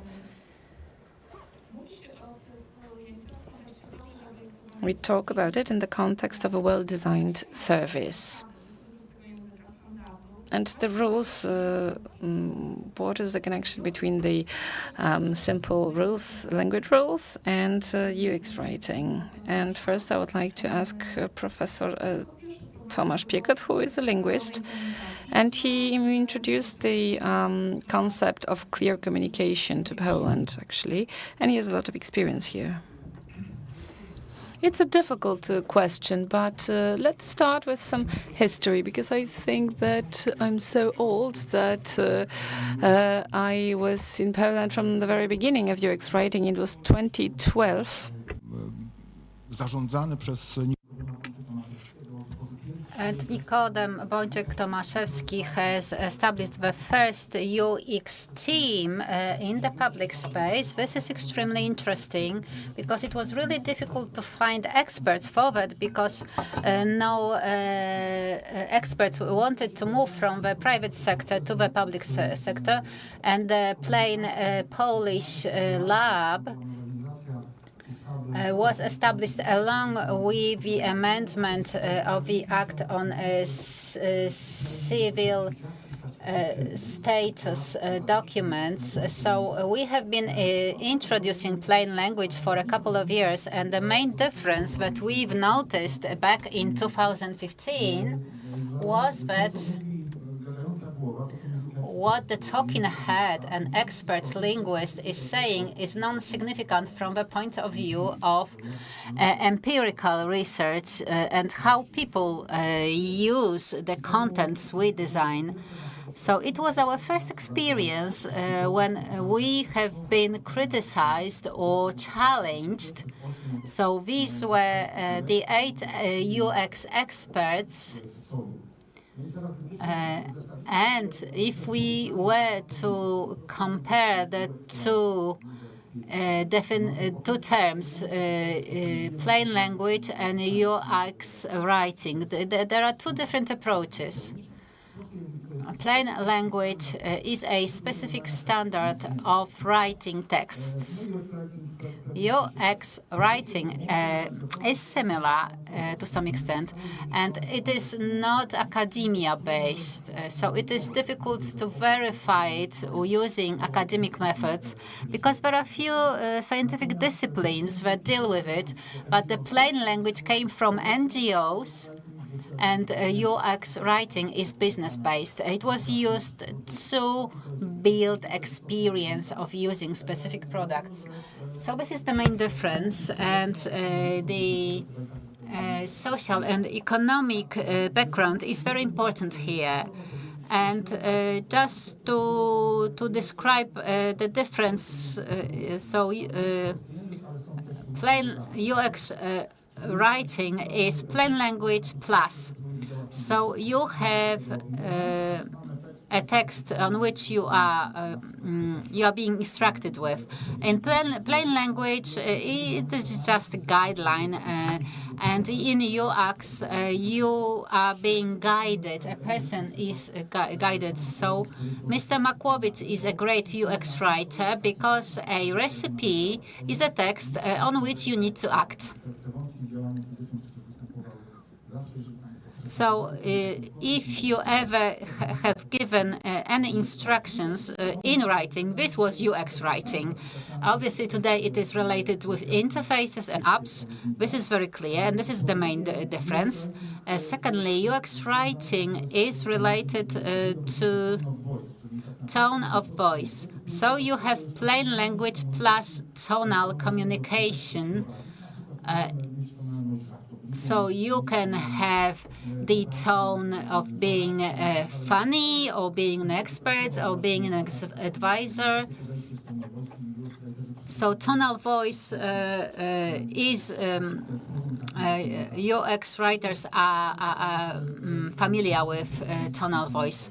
Well, the question is whether offices, institutions, public institutions should have tonal voice. Well, this is a very difficult concept, and you can explain it by analogy to a visit to an office, where in the background you can hear music. It can be jazz, it can be rock, it can be pop. And you're still dealing with the same matters, but you have different backgrounds. And this is the concept of it. So the third difference, and then I will give the floor to other panelists. In UX writing, you believe in research than in experts more.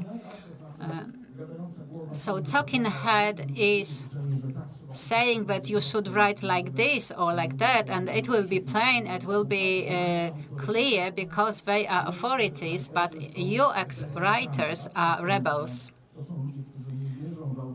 They are people who do not believe in authorities unless research shows that it does work, what they say. So, first of all, tonal voice added to plain language communication is very important to UX writing.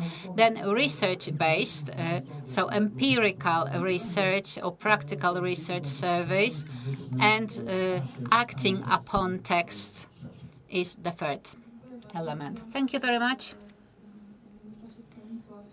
In the meantime, I have seen Stanisław reacting to what Tomasz has said. Well, I totally agree with everything what has been said. And this is very important at the expert level, at the level of the academia. We could mention guide design.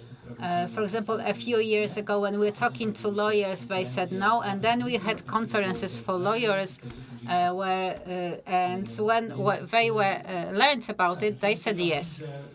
So I can see in practice, both in business and in administration, the approach towards research and the different authorities that are or experts who say how to do it and then to verify whether it works with users. But time and money is also important here. But this is how it should look like in the perfect world. Comparing business and administration, we will deal with that later on. But first, I would like to question to Paulina, who's a practitioner. She is a UX writer at the Central IT Center.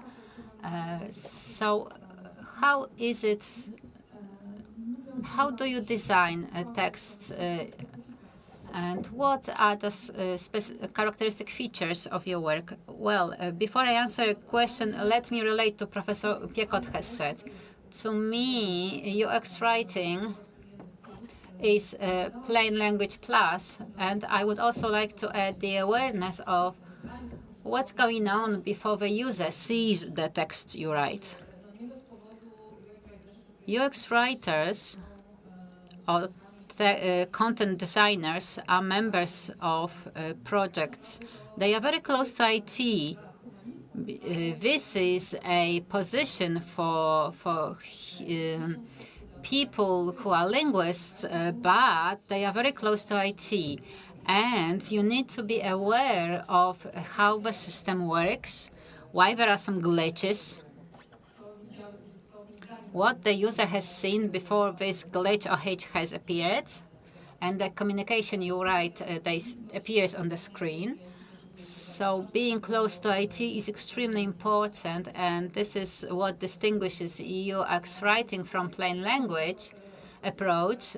But as for how our work looks like, I must admit, this is why I joined Central IT Center, because I was a freelance UX copywriter, and working on a team, on a project team, has many benefits, because it is not only about peer review, so just the second pair of eyes who verifies what you write, but this is co-designing standards. We establish content designing standards at our center, and the decision to have it was unavoidable because we have content designer team which is which comprises of 15 people. So in order to arrive at a common solution, we needed to standardize approaches. Anything that we can, we do standardize. And we are meeting twice a week to discuss various cases. We write them down, and in the future, we would like to make it more available to the public, but now it is available only to our department. So not only designers, but also communication team members can have a look at our standards and use them simply when they write. Tomek has mentioned tone of voice, which is an element of content designing. I prefer using the term brand voice. And tone can depend on the given situation of a user, whether they have pleasant or unpleasant feelings. And at our center, we do have a voice, and digital products we design have a voice. We have designed it last year during a series of workshops. And maybe this is not a very clear voice, but we want to put the content in the first place, because we do not want to be so we want to make sure that people act upon our contents. So we have set 4 values for our tone of voice. So first of all is universal character. And this was mentioned during the previous panel, because the previous panelist said that e-services should be accessible regardless of the geographical location, regardless of skills a given person has, digital skills they have. And this is what we did at our center when we design the contents, because we are making sure that everyone can have access to our contents. It is said that a content designer needs to give a voice to the user. And there are 8 million users of e-citizen platform, and these people greatly differ. This is why our voice should have universal character, then understandability, so the plain language approach. Well, no, not always, because we cannot always use it. Reliability. So we do not have marketing communication. What we do is showing benefits of using our products and the applications for our products. And last but not least, empathy. So when a user needs a support or assistance, then we go in with a relevant tone of voice. And I believe that Monica wants to ask another question, so I will stop here. There are so many questions, not all of them to be asked during this panel, but let me ask Ania Szybalska about the institutional perspective. How do you work on texts and applications in administration in a mature institution like the Ministry of Funds, which is still fledgling as far as digital services are concerned? Well, we have a bit different perspective. And as Tomek has mentioned, it all started in 2012 with your organization. With us, it started in 2010 when we have analyzed European funds language. And what we wanted to do was to make this simple, to make these funds accessible to all. And this is why we cooperated with the University of Wrocław to make sure that these contents are designed easily and with the use of a plain language approach. So going back to your answer to your question, at the ministry, we do not deal with e-services as such, although we do fund them. We deal with the whole system which functions well, the system of EU funds, and we pay for various services from various subsidies. And how does it look here? Our work is mainly sharing good practices and what we have, education, so teaching the clerks and various institutions that are in the fund system, teaching them how to simply construct and write in a simple language. And when it comes to the content itself, it's not easy to write in a simple way. It's easy when we create something from the beginning, but we know that sometimes we work on documents which already exist. So there are some documents which already function, and we have to. I am focusing mainly on marketing, so we have to promote them, we have to teach how to create the content in a simple way, how to write publications about competitions, the statutes of the competitions, so that people who are interested in financing can really have a chance to use it. But as I said, we are sharing knowledge. We don't keep it to ourselves. We show everything. This knowledge is universal, whether it's about European funds, health, justice, as Staszek mentioned.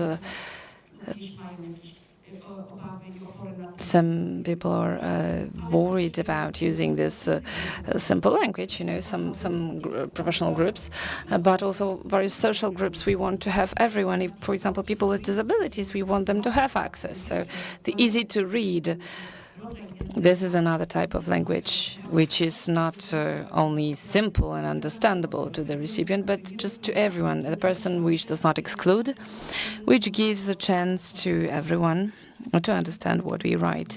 Thank you very much. I think that easy to read is a separate big topic for another conference. Now I have a question to Stanisław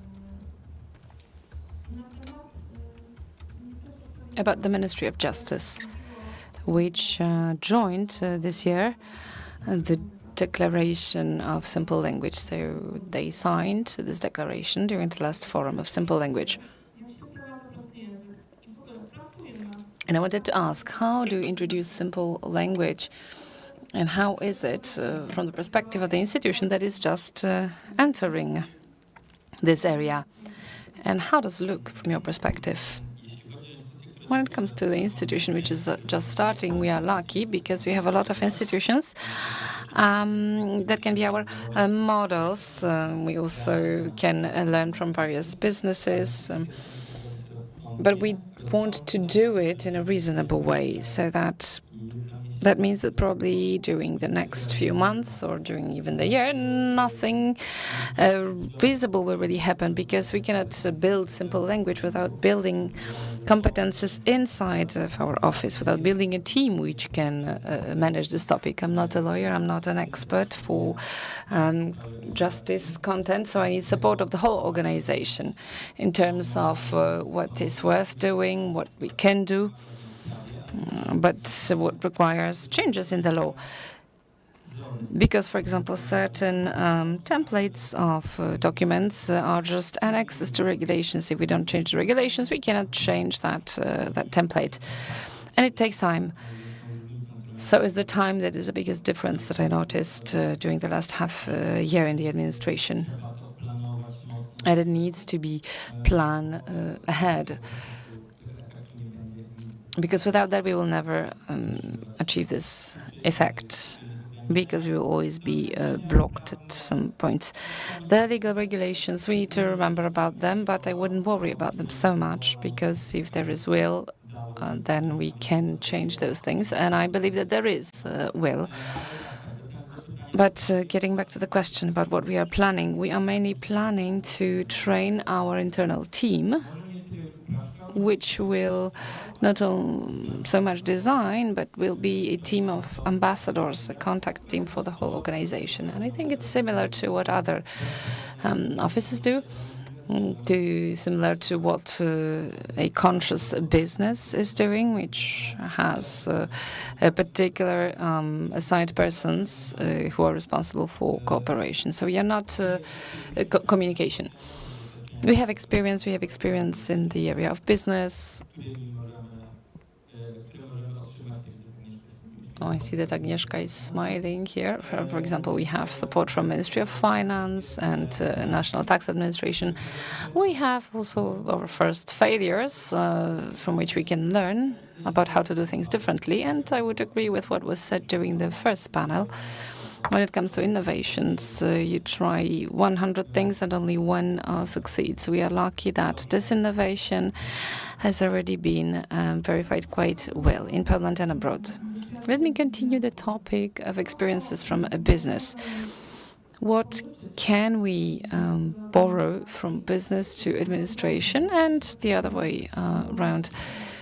Which experiences can be helpful to implement friendly digital services and to designing good, clear, understandable messages? I was thinking about very practical things that also Paulina mentioned. When it comes to cooperation with the technological area, these are things that really function well in business because they have to. But when I was listening to the previous panel, my thoughts started to wander in another direction. I have to look at my digital notes because 5 topics that I would like to very briefly present that can be seen in the digital management and transformation, which overlap with this communication. And these are the problems, but these are things which can be improved, or challenges, as we like to say, or opportunities. First one is that we do not cooperate as a system. We know each other when it comes to simple language because the environment is quite limited. We meet on these conferences, we discuss, we share maybe anecdotes and good advice and less directly knowledge.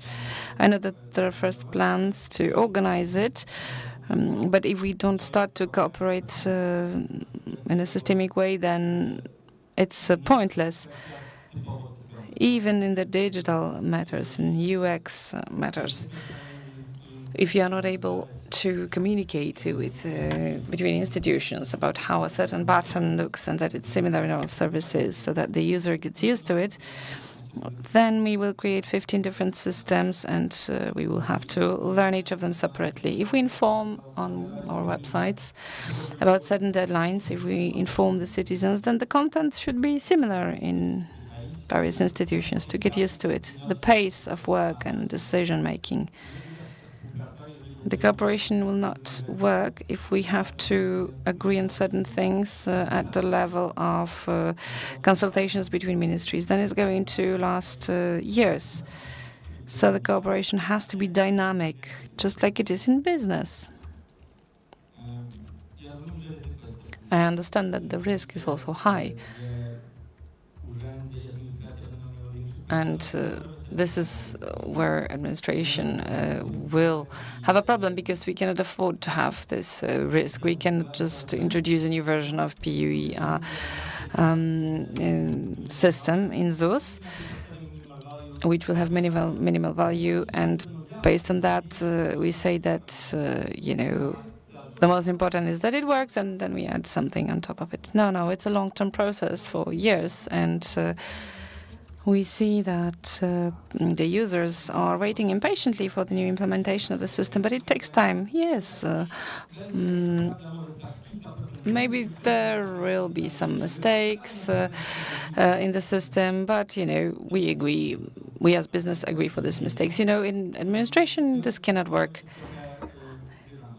And, we work with certain stages when it comes to projects and services. We have money from the EU, we can create some system, and we are working on that system right now. This is the same things that we discussed during the previous panel. We have the same challenges.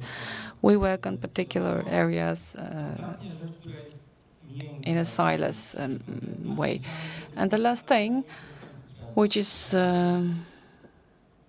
I think also important, the way of cooperation between people in business versus offices, administration, and services for citizens, we work in a completely different way. In my opinion, it's extremely ineffective and sometimes really wrong. What functions in many areas, in many ministries, or in certain departments.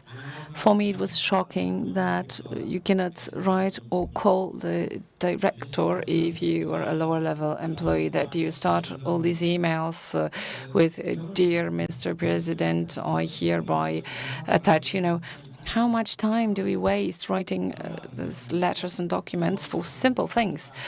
And we could spend this time working on new, good solutions. And finally,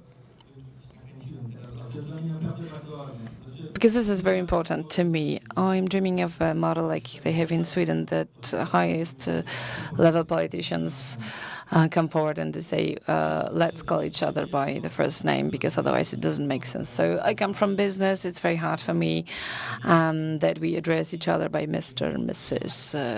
These are habits, and it's difficult to change them, I know.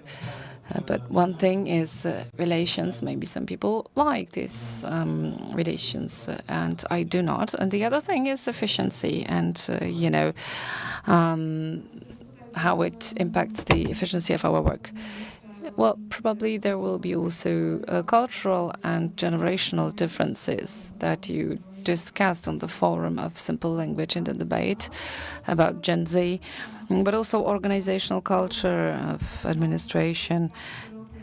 But I think the topic is so broad and interesting that it's actually a topic for a full discussion in the National School of Public Administration rather than here on the panel. But thank you very much for your comments and remarks. But I wanted to mention another topic which I heard, and it seems to be important in the approach to digital services. And this is research and checking how certain service works. This is an important component of designing the services. I would like to ask Ania Talarczyk from the e-health center to tell us a bit about how you design research with the users, for example, the users of internet patient account. Well, thank you very much for inviting me to this panel. And I wanted to tell you that I'm really happy to be here, because I have been dealing with the management of customer experience for a very long time, for 20 years. And I liked it, Tomek, when you said that we are a bit like rebels, and I feel like a rebel myself because I'm changing private sector into public sector, and I have to admit that I'm glad that there is so much to be done and that we have influence. Because during the first panel, it sounded a bit pessimistic that we do not have impact on many things. Well, I fully disagree, and each person who works in public administration has impact on what's happening. And I think that I'm referring to research, because research and feedback from the users, from the people for whom we design our solutions, is really crucial. And this is a revolution. How to leave the expert management, where, I think this is the best solution because I've been doing it for years, and move to the other approach, which says, what do the users think? So if what we design really responds to their needs and expectations. And this is very important. And together with my team, today we are conducting our research in health center, designing health services. It seems that we are, designing it for the citizens, which are a large group. But I'm always asking myself, who is our main user, target user? Well, we conduct various research, starting from the easiest, simplest ones. So we create a team which is performing utility tests.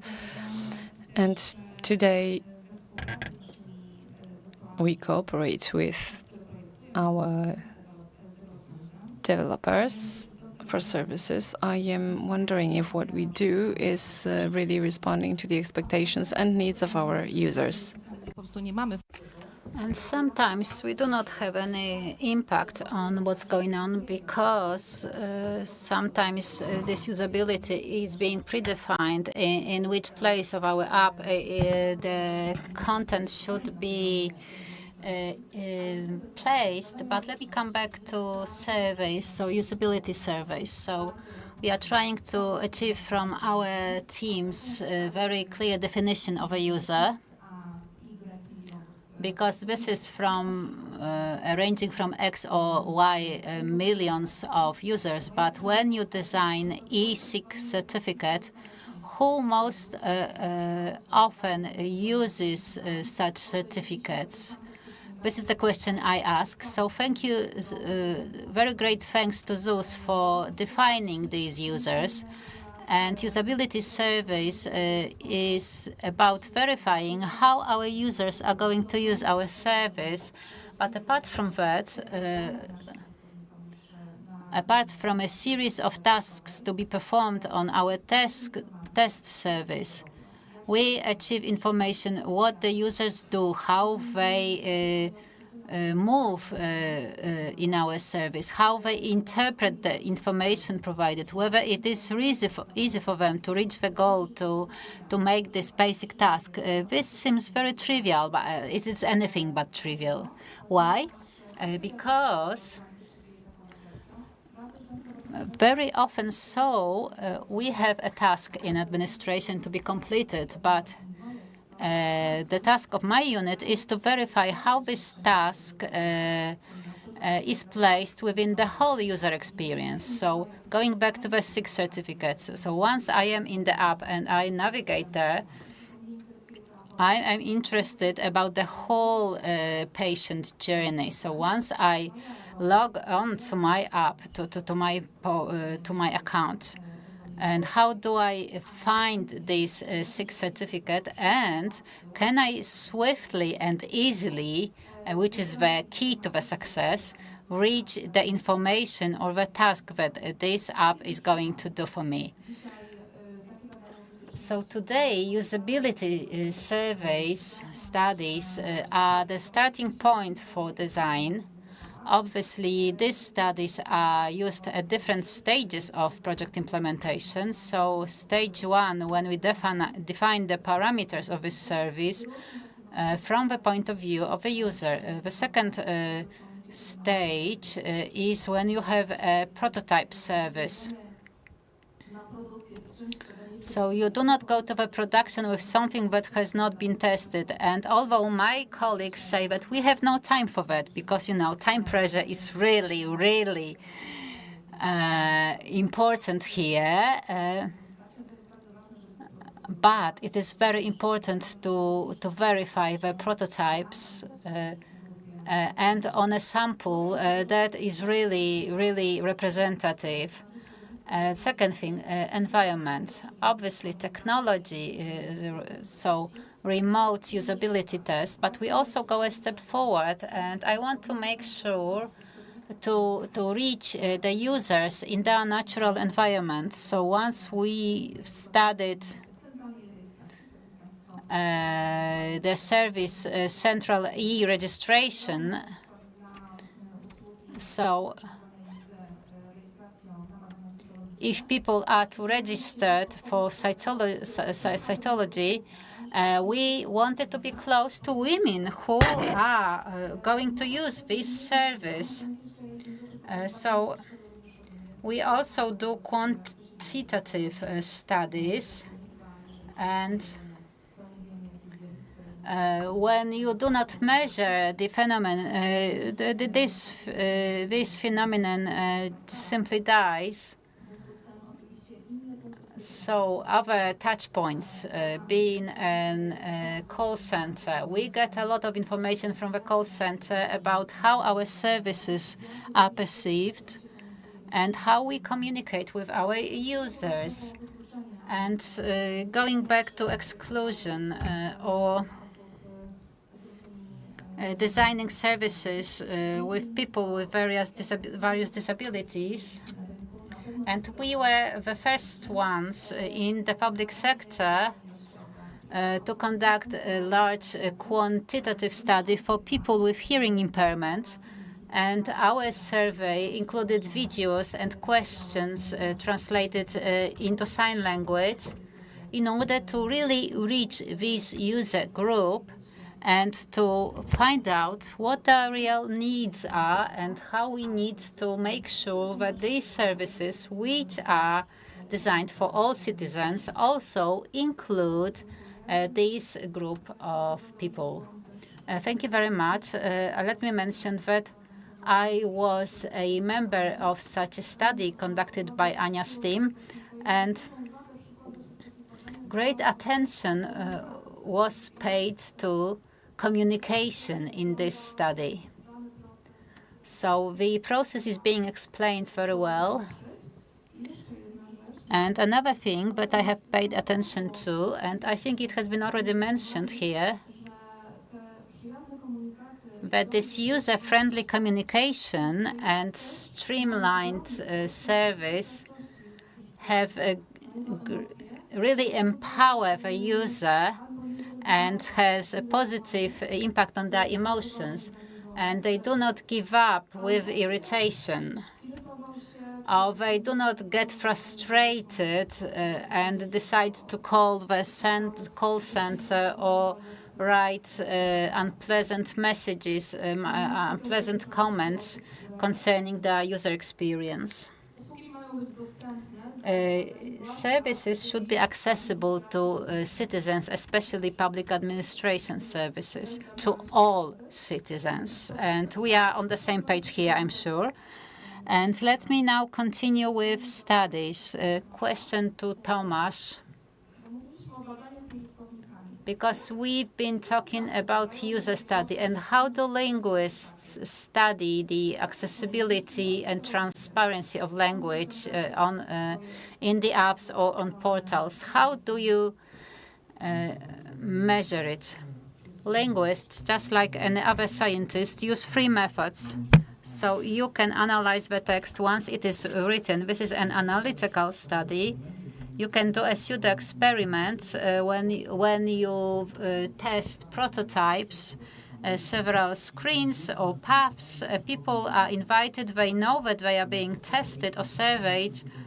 And this approach is criticized in scientific circles because the subject knows that they are being surveyed. And the third study, which is recommended from the point of view of academia, is behavioral study. So the text is already implemented, the app is working, and you can verify how to obtain a given benefit on the portal, government portal, and then we verify whether people click on the right tabs. So you are doing A/B tests, and then you can verify which solution is more effective, and you can verify the statement, please verify your data, or please confirm. So, for example, people do not like this word verify, so we can replace this word with the word confirm, which is more where the tone of voice is different. So, you know, text analysis, and you have the word in English for it, which is readability, and it is very difficult to translate into Polish. And, for example, it was translated into Polish as difficulty with reading, because this is about readability, is about accessibility. So it is about access, and it is very important when you write these texts. And there are no correlations with readability, so the authors should know. You should know how many words you should have in a sentence. For example, in patent applications, you have 900 words, and then you have the end of a sentence. So you have many different apps, and you have the old, the readability old school. So you measure the length of a sentence of a word in syllables, or an AI-based approach. And Professor Pisarek has said you cannot have texts longer than 100 words for AI to be analyzed. So when you go for a blood test, you need a specific measure of blood, because if you just measure one drop, it will not be reliable. So you cannot have very short texts for the AI app below 100 words, and banks are being forced to use the plain language by next June. So it will be B2 in terms of common European reference for languages level.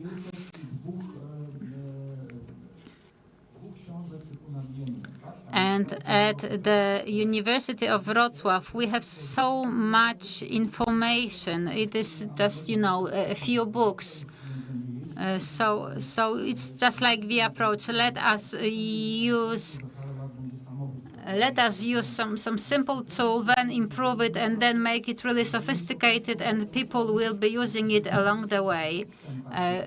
And you have different leaderships. So you have a manager who would like to see a text written in a given way. So we combine all these texts together, and then we verify, UX writers, whether all the buttons are called the same way, or all the tabs are called the same. So, for example, learn more. It is really it can really freak you out, because you already know a lot, and then you can learn even more. So many banks contact us and then do not continue, because once they realize what they need to do, because the whole of the app needs to scan all the screens to PDF format. So, for example, recently we have received 3,000 pages in order to analyze, and then you need to have all the words in Excel file in order to analyze them and verify whether all of them are understandable to people in a given social group. You can verify all of it. And the third, a link to Figma to make sure that you go for the whole process. So the analysis lasts usually 4 or 5 weeks, and after this period, you can say that the language in the whole app is really clear and understandable, and that it is, first of all, consistent. So in this short sprints, which is a sports metaphor, for our work on apps or functionalities. And let me ask the question about consistency. Why these messages should be consistent? Why these messages should be consistent? And what does it mean for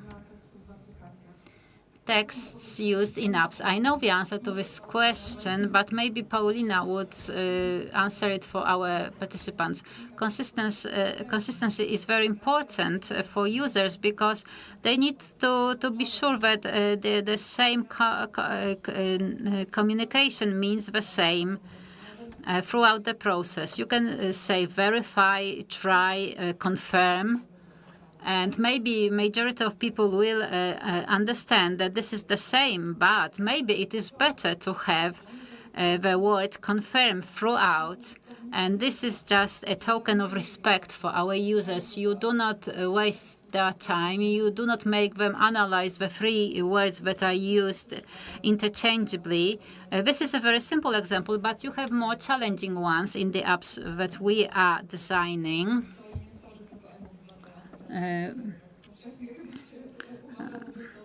because we have more services than a citizen, but we have a certified profile or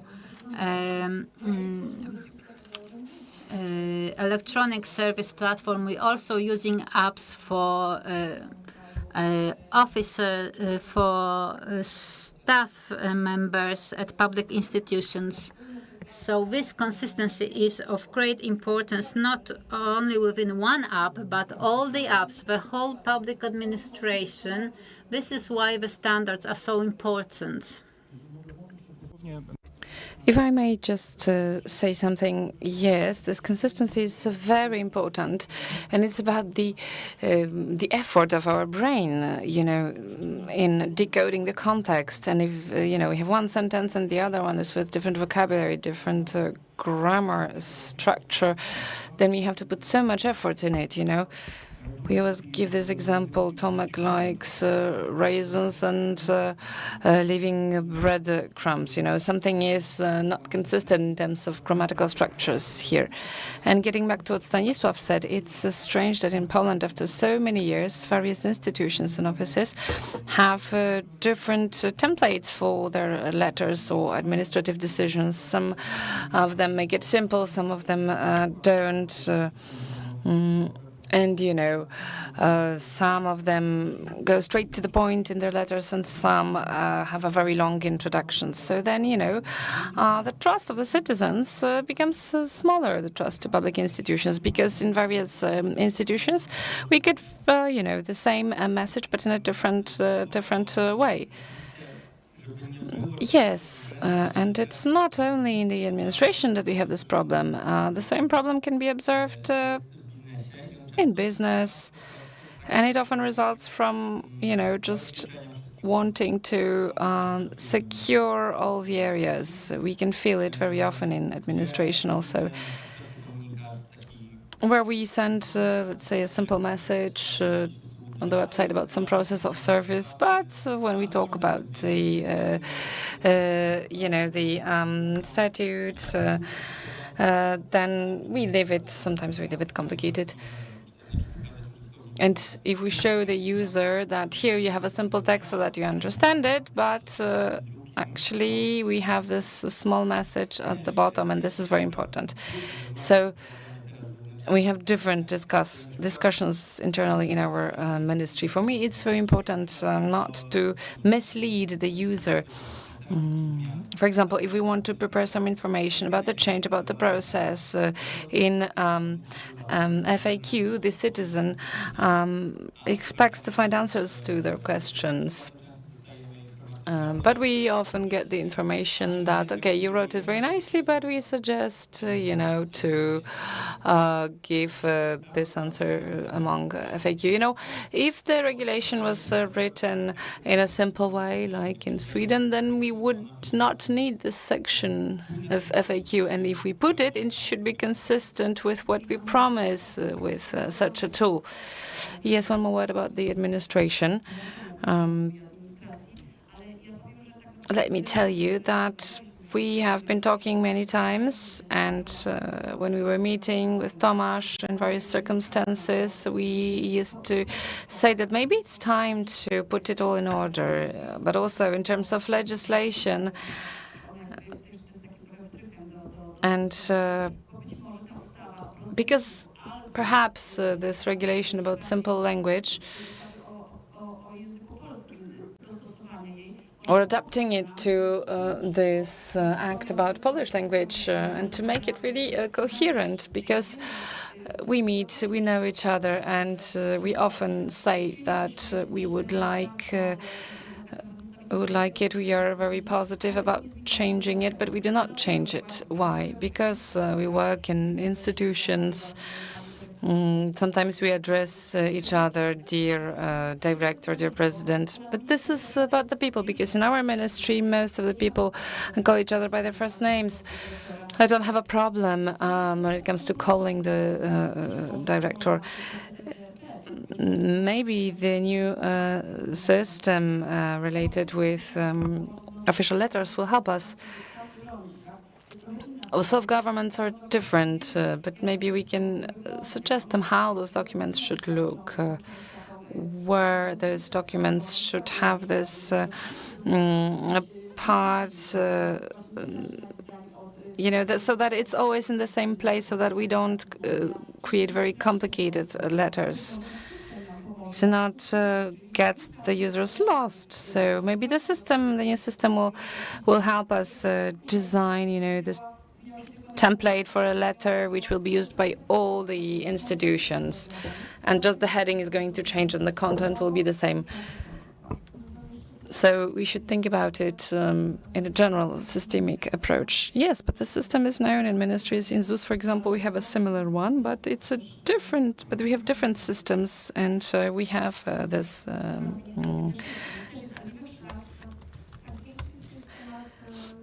So it's a topic for a longer conversation, but I'm happy that we are discussing it. And now I would like to ask Paulina about the characteristics of it, because our panel is mainly about digital services in administration. And I would like to ask you about one more thing. Let's say that your institution, you have a big team which performs research on the users. And how does it look from the perspective of an implementation team? So you get some report, some results of your analysis, and what do you do with this? How do you work with that report? Well, even earlier, before we get the report, we often have the possibility to participate in that research, and I'm very glad because I can take notes and I can support the researchers in preparing the report. I think it's really precious for a person who designs content to listen to the users, to see how they evaluate the content, whether they understand it, and whether they are able to perform the task given the instruction. And after this stage of utility tests, together with a deep-end interview, we get a report after that. We often have a meeting with the presentation of the report, and we can ask about various details which might not be present in this brief report. And then we analyze the report, we check where we can optimize the whole process, not only the content, because content is an element of something bigger. And often after the research, we do not change the words. We often change the process, the components in which we put the content. Of course, sometimes it turns out that something needs to be written differently because users did not understand it. That was the case when we were scanning the QR codes in M-Obywatel, M-Citizen application. We needed to change the content because it turned out that those that we had before, they were in line with the rules of simple language. They were not in line with the simple language because we wrote what the user could do at a certain point with a QR code, but it turned out that they were not understandable for the users. They needed information, what they had to do. So scan the QR code or show the QR code. Before the content, the message would say that either you confirm your identity or you can confirm somebody else's identity. So we needed to modify the text because the previous one was not understandable. So, okay, so showing more directly what needed to be done. Yes, and here as we talk about research, and Anya mentioned research on people with hearing impairment, we were also conducting research with people who are deaf, and that was also very eye-opening for me. Of course, I knew that people who cannot hear, they do not use Polish language just like the majority of us, because it's their second language. First, they usually learn sign language. But the fact that some abstract messages, like special characters, this is so abstract to them that they didn't even understand it. And here we needed to write text, which are sometimes longer, to explain what those special characters are. So we need to give them an example, let's say. That's one of the situations when we had to take into consideration the results of the research. It's often related also with availability. We have the team, special team, which sends us their reflections and recommendations. So we take suggestions from many teams. We don't just work on our own. Thank you. And as I'm listening to you, I think that we work in a similar way in ZUS, but we don't have an internal research team. We use the services of external subcontractors. But this language analysis is also very intense, because then we see what people do not understand, what causes problems. And to finish our panel, I wanted to ask a question. I wanted to ask you about challenges, but you mentioned so many of them that maybe let me ask differently. Is there something positive that we can expect in administration? What are our plans? What should we do to implement friendly, understandable services for citizens, for each citizen? A lot has been already mentioned, but maybe one of you would like to say something more. Yes, I wanted to mention Polish Availability Act, because till June next year we have to be ready. And in the administration, a lot has already happened. We have coordinators of availability, and it is there. We have sign language interpreters, colors, fonts, so we try to be available for everyone. But remember that next year will be the time when we have to face this availability, accessibility in other companies, banks, other institutions, which will have to make it easy for people with disabilities. But this is accessibility for all of us, and it's going to be a challenge. So for sure, simple language will have to face it as an element of accessibility. I think that a lot has already happened, because even the fact that ZUS can be an example for business. I remember the years when I was starting my work in big financial corporation, where when I was looking for inspirations, I told myself, if ZUS can do it, then we can do it too. And I need to tell you that the fact that administration can implement changes, it makes me feel optimist. But also, we need to build the culture which is focused on citizens and customers in public institutions. Let's call them customers, not citizens. So let's put a human in the center. So we designed for the people. But in order to do it, let's take some advice from business. First of all, leadership. That means really introducing it, implementing it in the strategy at the level of each, understanding it at the level of each employee. What does it mean that we create services which are designed for citizens, and that it's not only for the needs of a conference, but also for projects, for practice and cooperation between various institutions, and really clear leadership, which is crucial. The second one is cooperation and stopping the silos work. So we cannot cooperate on the level at the level of administration at the moment. And I am inviting public administration, but also practitioners, those.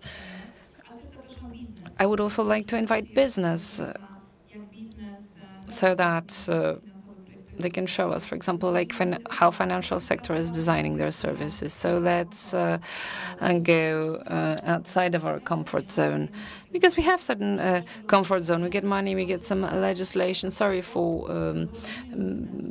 putting it too simply, but in business there's never enough money, and they have to do something to be the best on the market. So this is a completely different challenge. So I think administration can be managed here. And the third thing is the pace of implementation. And also introducing the user at the very beginning, when we specify their needs before we even create the legislation. So I think we don't need that much. But on the other hand, we need a lot so that we can implement it in our activities. So that's would be the recipe from big financial companies. Thank you very much. Nam kilka minut. Chciałabym We have a couple of minutes left, and we have a question from our online participants, and let me ask it. Plain language is a great initiative and many clients appreciate it, but the law is still complicated. How do you want to make communication accessible once observing with the law? Where is the law? Where is the limit in making the legislation plain language friendly? This is not a difficult question. The legislation techniques defined very clearly plain language, and the first thing is just to apply it, because there is a guidelines that a given provision should have one sentence in active voice. You should avoid passive voice, and these guidelines have been amended several times, so they need to be updated. We have good practices from all over the world. For example, adding the table of contents for each individual act. Because companies present, for example, individual provisions in commas. So you should also have glossaries of terms in legal instruments, whether at the beginning, at the end, or in the middle. You have legal instruments dating back to different times. Even you have two acts that were adopted before the war. So I think we should start from the scratch with the new guidelines. Well, I'm very happy that you have mentioned the guidelines, because there is a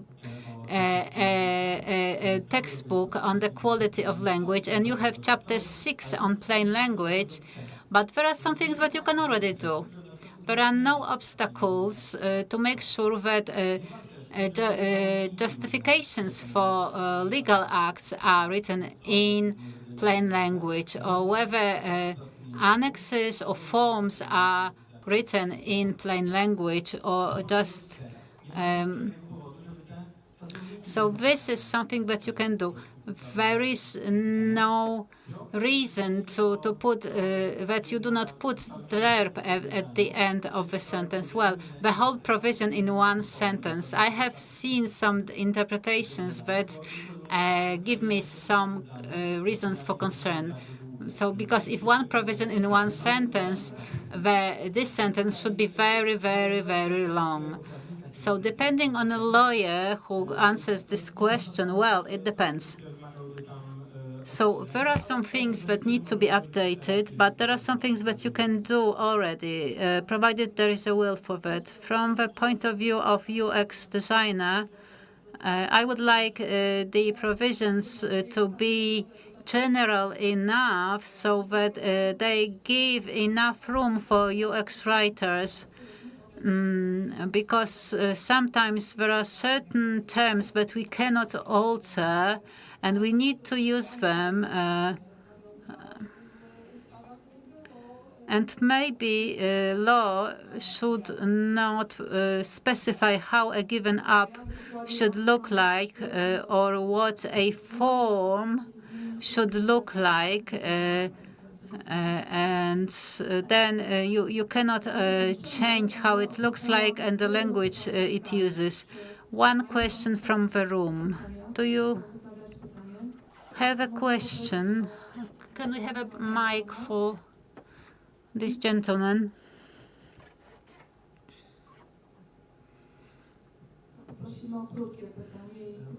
I would appreciate a brief question. Well, I'm a more a business person and UX designer. And in many companies, they start to develop standards for their own company, although the same problems have been already solved in dozens of other banks, for example.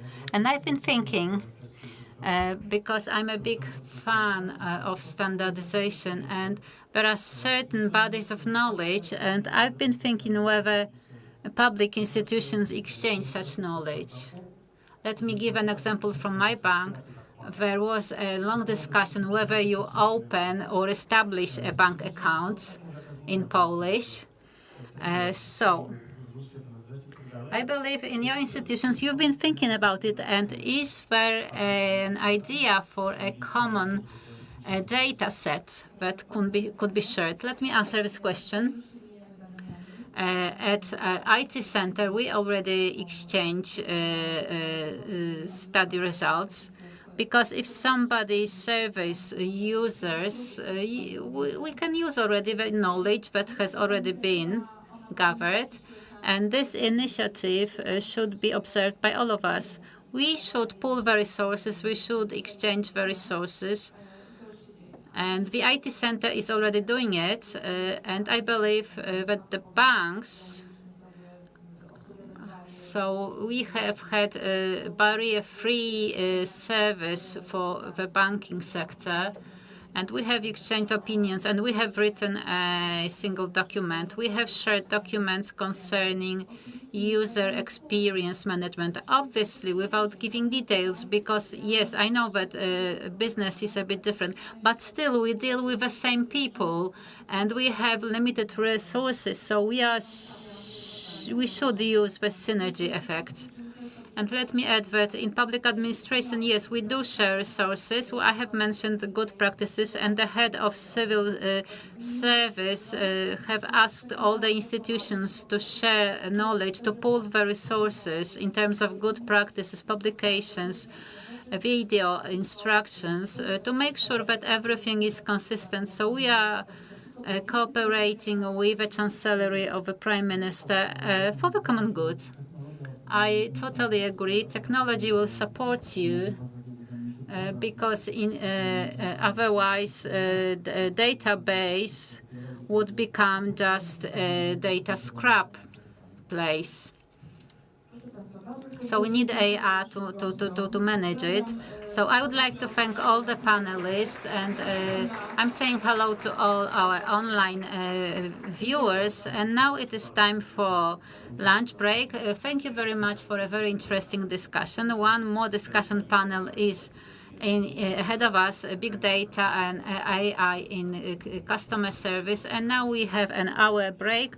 We are going to resume at 1:45. Powoli zaczynamy.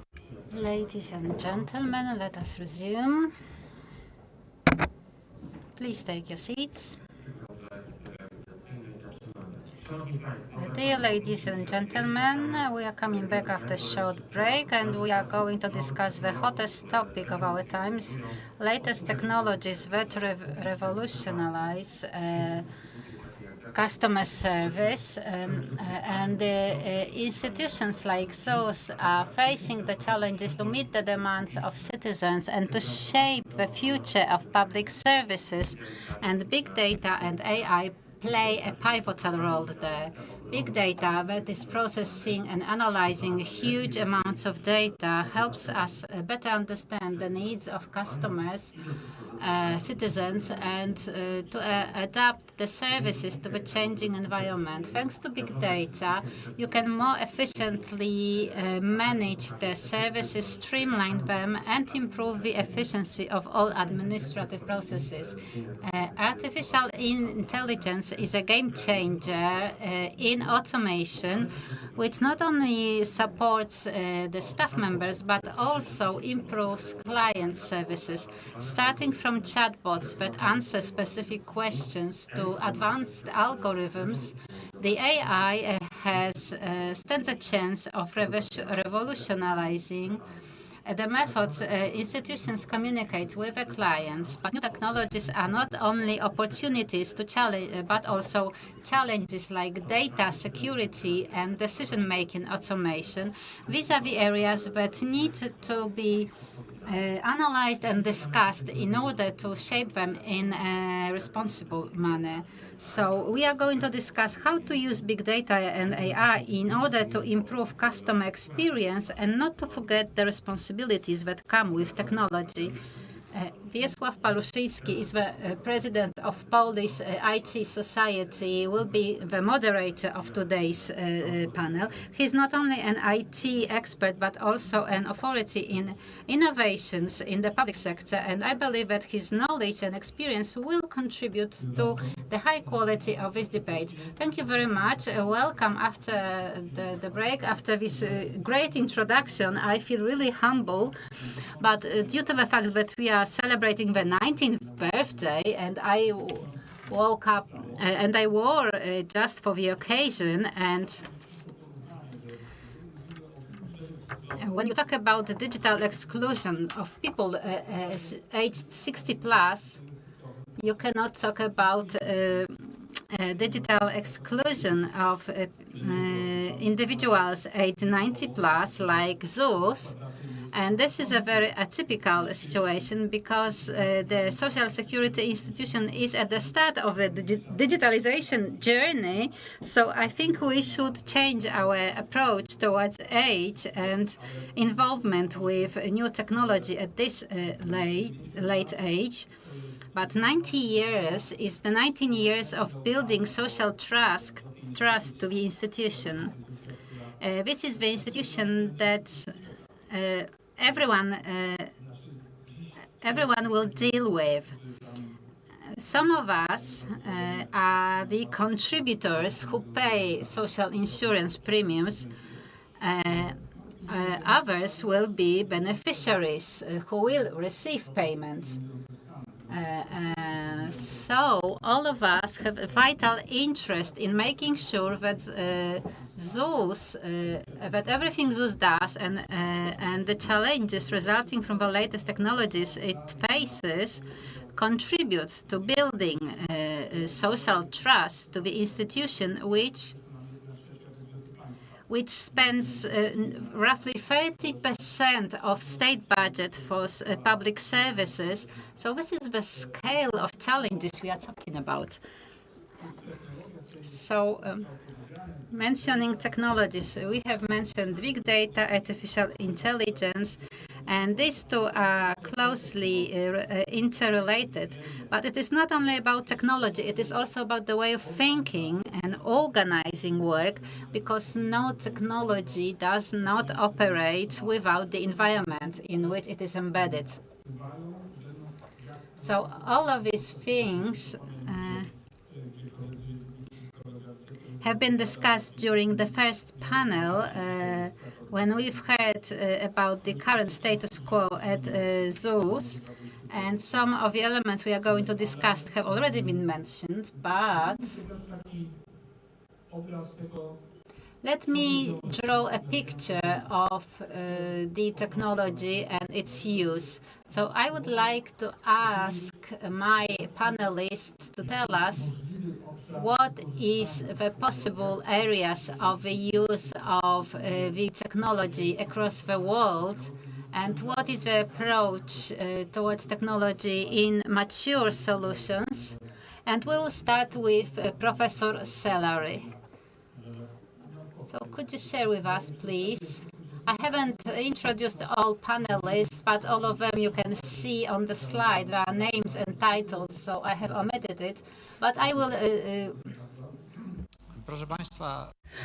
Thank you very much. Before I answer this question, I would like to present you the difference between deterministic and probabilistic approach, because machine learning, I will be speaking about machine learning because it's well defined, and this is what we are doing currently. This is a probabilistic approach. This is advanced statistics. And in order to show this difference, let me put it that way. Imagine I am in a room with 200 students. That happens quite often to me. And I ask those students if 99% of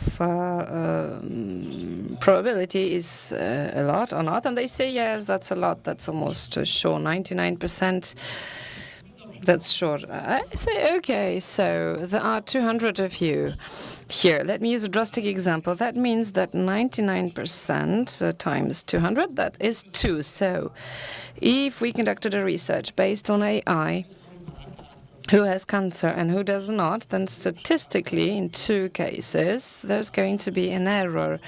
Either a healthy person will have cancer detected if they don't have it, or a sick person, or we will not detect cancer with the person who is sick. In both cases, it's a disaster for those people, because if somebody is ill and will not get treatment, it's a disaster. And if somebody is healthy, but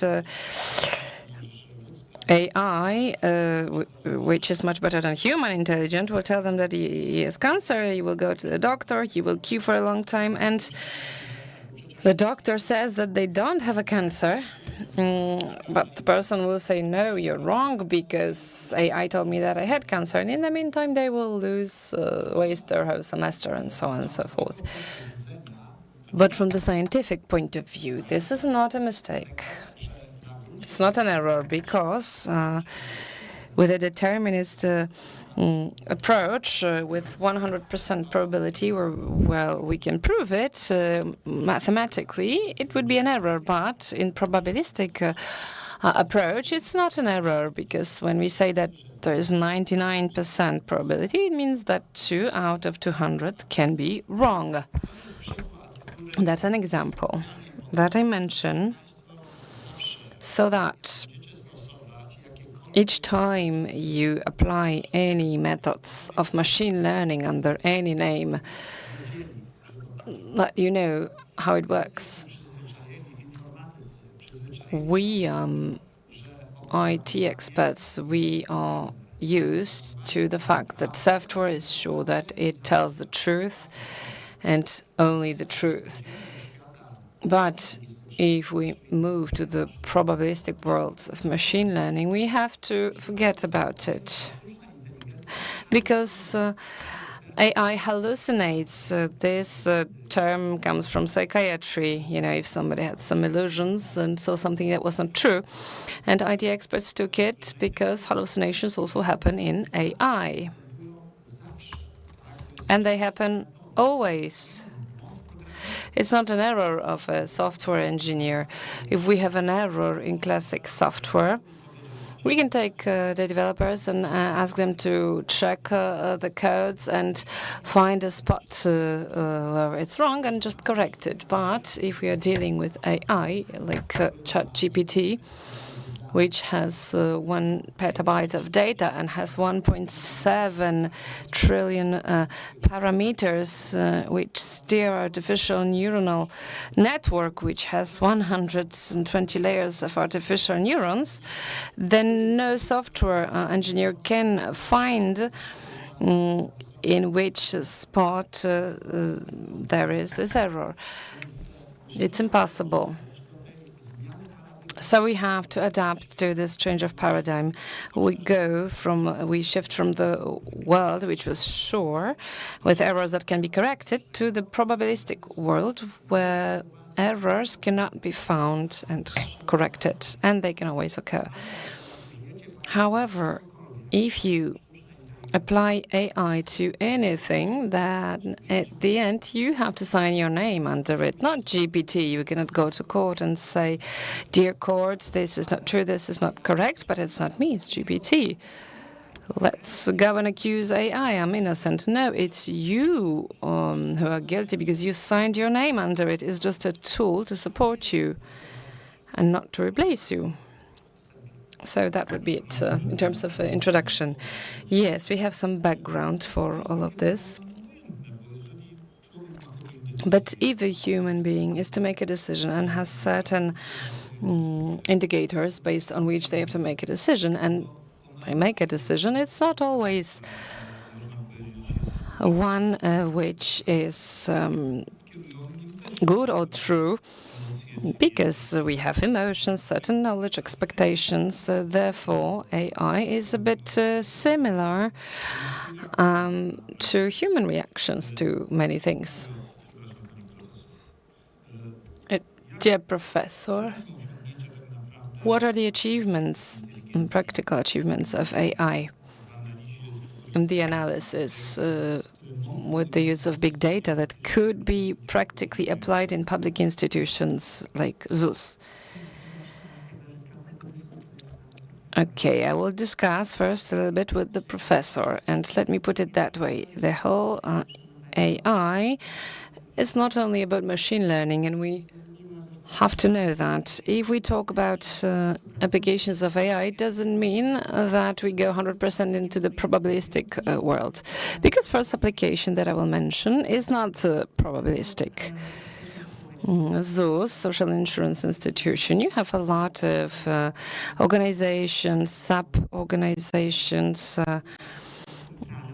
which are under your headquarters, which in the past had various data formats, and in order to unite and process all this data as one data format, they applied a non-probabilistic AI, which is called semantic data processing.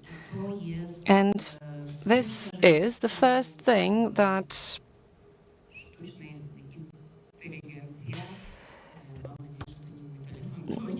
I hope it's not my telephone ringing. And this is the first thing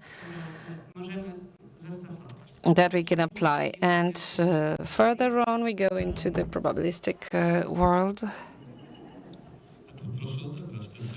But please do answer the phone, because maybe it's the AI calling us to disagree, maybe. Okay, so it's not mine. Good.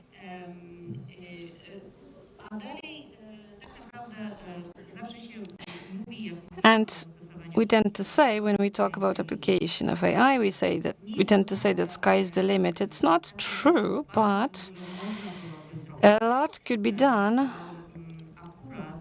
because when we talk about data, AI can do certain things better than humans. It can detect certain patterns or go through huge amounts of data that we don't have enough time to do, to find some differences, for example. So AI, which can show us some errors or which are purposeful or accidental, it can be patient and explain the complexities of the law 130 times in many different ways, which can make suggestions. And here I agree with the professor that behind each decision there is still a human. Everything that AI can do is just make suggestions, whether it's managing an organization, city, managing the state, or weather forecasts, or COVID forecasts that we had recently, or other health forecasts. So,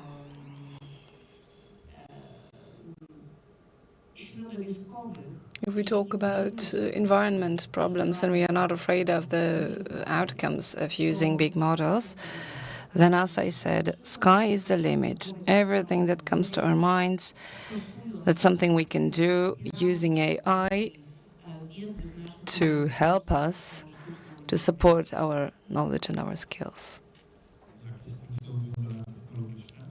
And what about technologies? Because we said about the function, but it has to function somewhere. Are there any technological limitations that could block the application of AI? Yes. And I mentioned this environment limitation, but also energy. There is Gardner's Institute that collects various information and prepares reports. And this institute, Gardner Institute, predicted that if we develop our big neuronal networks models for machine learning at such pace, then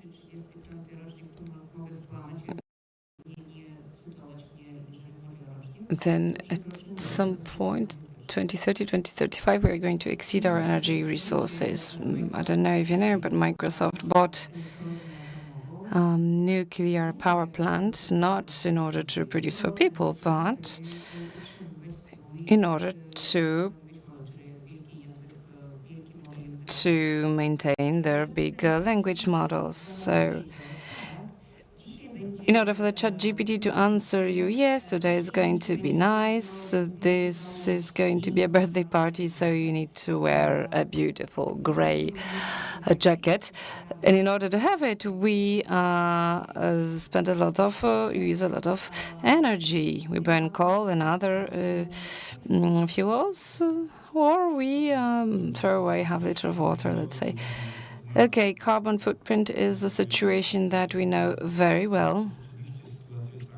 But the situation is that we realize that all those models of machine learning and the neuronal networks application, they developed because of the technical possibilities of data processing on a large scale.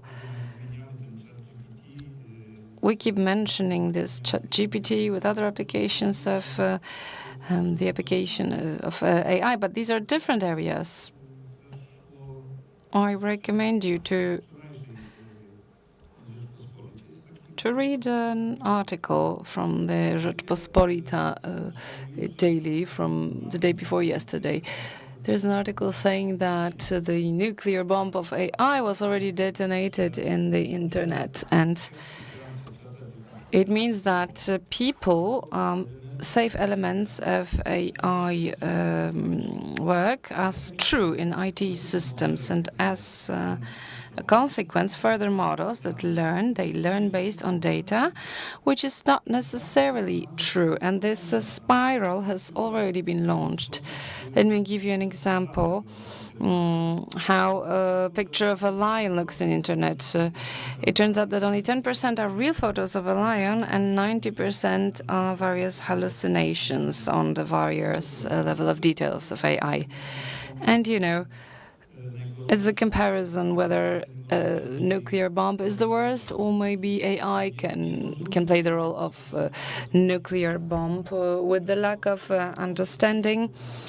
With the wrong usage, it can be, dangerous. I'm looking at the professor because we said that first some theory and then we are going to move to the practitioners. So, dear professor, if we look at all this, which applications of AI can improve the efficiency of public services? Because here we are discussing this topic since our first debate today, and let's move to some practical info. So, in your opinion, how can it look? First of all, I would like to thank you for having me. This is a great opportunity that academia representatives meet practitioners, and as a result, the results of their work is being used and not put on a shelf. So I'm an engineer, and I will discuss these issues of AI from a technical point of view. And quite recently, when you think AI, you usually picture big language data models. So probabilistic approaches, ChatGPT, which was the pioneer of this trend, and this technology is powerful indeed. This year, the model has passed the Turing test, so it is really undistinguishable from a human being, and its structure allows for its reasoning, so it doesn't just apply answer to the question, but tries several thinking methods and then gives the answer. And this method was compared in chemistry, physics, and biology. It was compared to humans who held doctoral degrees, and with many tasks, it has coped much better than humans did. But several challenges are related to that, including security ones, because public institutions like ZUS cannot send all the data to a tool managed by an external company. And here we have smaller language models that come to our help, which do not have, that has billions of parameters, but it is still quite a lot. And if you have talked to Llama 3, Mistral, or Polish Bielik, apparently they can do quite a lot. And the advantage is that you can implement it on your own model, so the data will not be leaked, and you can train it. So when you have a more specialized task that a externally trained model doesn't cope with, you can improve the efficiency of your own model by training it. So as for the applications, you can use a number of models to design voice bots, but you can also use it in the back office. Such models can be used to analyze text data already entered by people on the forms, or to analyze archived documents. They can categorize text, they can generate new texts. Maybe you can also train them to use plain language. They can support staff members by identifying unusual situations, or by analyzing the complexity of a given task and forecasting how much time it will be needed to solve a problem. The hallucinations here are the challenge. I agree. And how to deal with them? We are developing a number of technologies, and I have talked to our experts. Łukasz Wacławik, who knows a lot about ZUS and its challenges, he says that ZUS needs to oblige by the law. So the hallucinations are a big obstacle, but you can train big language models in formal reasoning. And there are some works that prove that such models can be trained. You can use hybrid solutions. For example, a civil code can be presented in the form of regulations or rules, and big language models can be used as an interface, allowing the users the servicing of these systems and translating how they have reasoned. We also have algorithms that can reinforce or support smaller language models by managing the reasoning. You can use search algorithms. There is Monte Carlo tree search algorithm, which uses the language models and steers the reasoning process in order to better answer the question. You can use planning algorithms. So these are the results of research that have been published in August and September that prove that the efficiency of these models can be boosted. There is also the method mentioned during the previous panel. So the one in which a language model, in order to provide answer, searches documents. So if it provides an answer, it can quote a given document it has used. You can even display this document, and the user can verify whether this is a true answer or a hallucination. And last but not least, we cannot forget about other approaches that AI offers, because we do not always only have large language models, but rule-based systems. And if you have an organized knowledge in a given area, you can use these systems to conduct reasoning and verify certain things. You have anomaly identifying systems. So deep neural networks with autoencoder architecture, which can be trained only on correct data. And if in the network you have data which looks bizarre, these systems can identify this data and report them as anomaly. You can also have different approaches that combine several methods. You can combine traditional machine learning algorithm with convolute networks that process images very well. And then neural networks with probabilistic knowledge can be low-level senses. And once they identify something, you can use the algorithms with symbolic knowledge representations like decision trees that will be trained based on data and which is easily understandable to human beings. So to sum up, you have plenty of technological instruments, but ZUS faces the challenge of identifying the needs.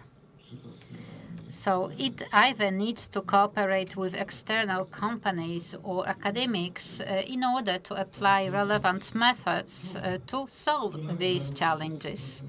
And still, we do not have a 100% guarantee that a given problem can be solved. But if you have one successful attempt out of a few, this will be great. So let us move on to the experiences of ZUS. But before we do it, I have a question. There was a statement concerning huge computational powers of the models you have discussed.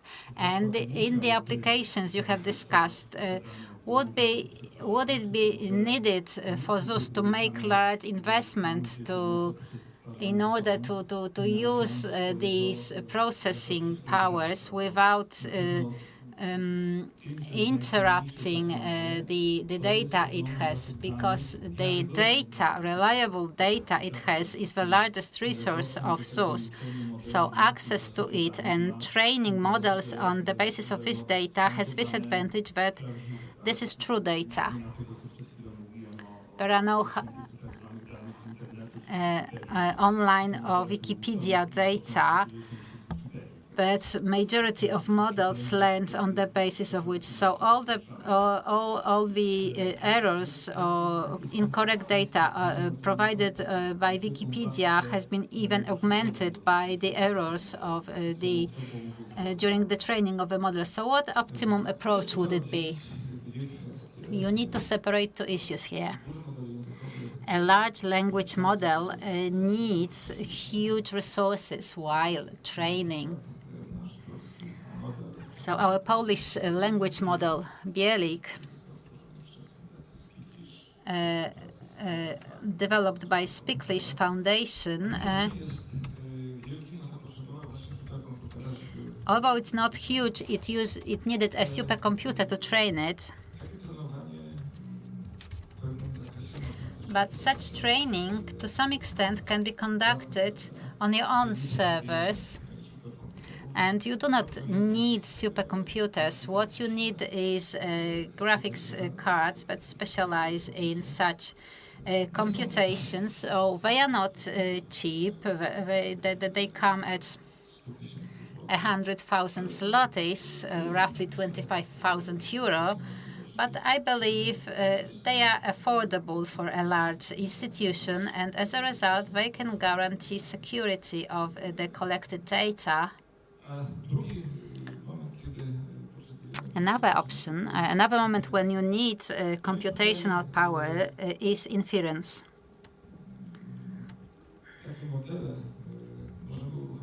And these models can even be launched on a regular laptop you use at home for gaming.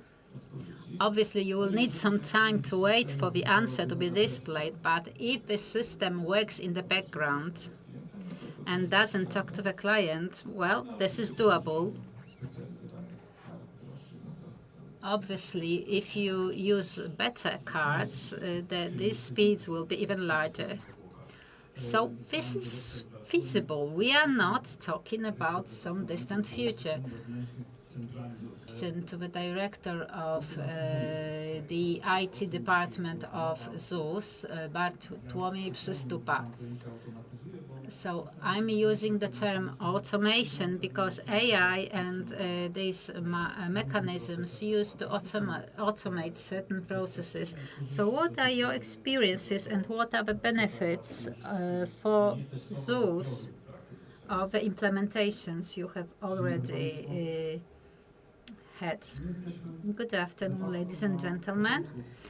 We are at the start of our journey with AI and robots. Because let me emphasize that not always AI is the best solution and the best answer to all questions that we face. So RPI technology is quite useful here and seems to be a better and faster solution and cheaper one, which will meet our needs. But so far, we have used RPA-based technology and some elements of machine learning.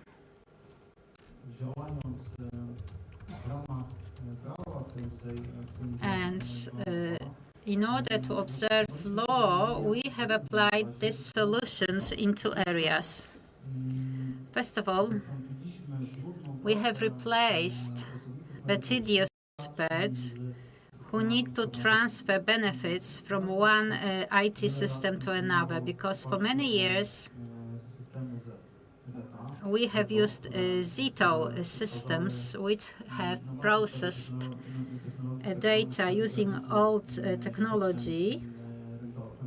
So here we are talking about the old system of benefits, and in order to transfer these old benefits to the new system, the solutions related to process automation have supported our staff members, because many millions of beneficiaries of our data didn't have to be entered manually, but robots have done it. We also use such solutions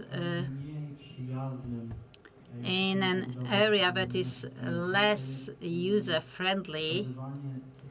But here I mean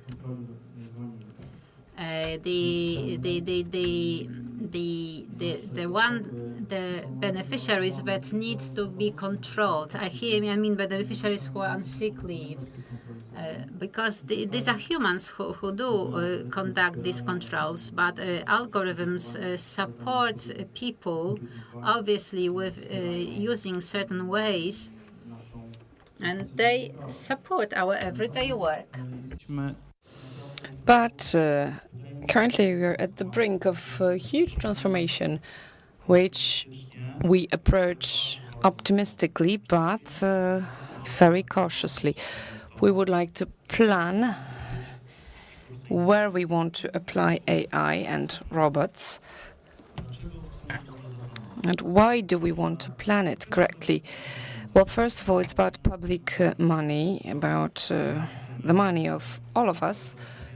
And we want to spend this money in a reasonable way. Secondly, from the point of view of the institution,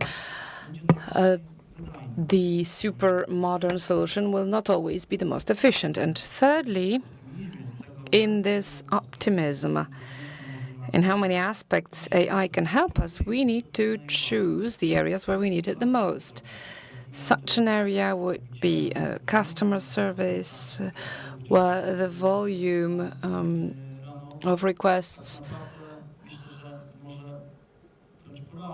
can even paralyze, because there are so many interactions of our customers with us and the other way around. But we also have to make sure that the quality of the provided information is good. And here, those hallucinations are a great risk. And even this 1% seems to be too much with the amount of customers that we serve through multi-channel communication ways and other channels of communication. That's the risk. We will need to learn not to trust fully what AI tells us, because I think that each of us has this feature that we like to make our lives easier, and it's very good. But on the other hand, we need to control whether this outcome that will be given by the system powered by AI is correct or not.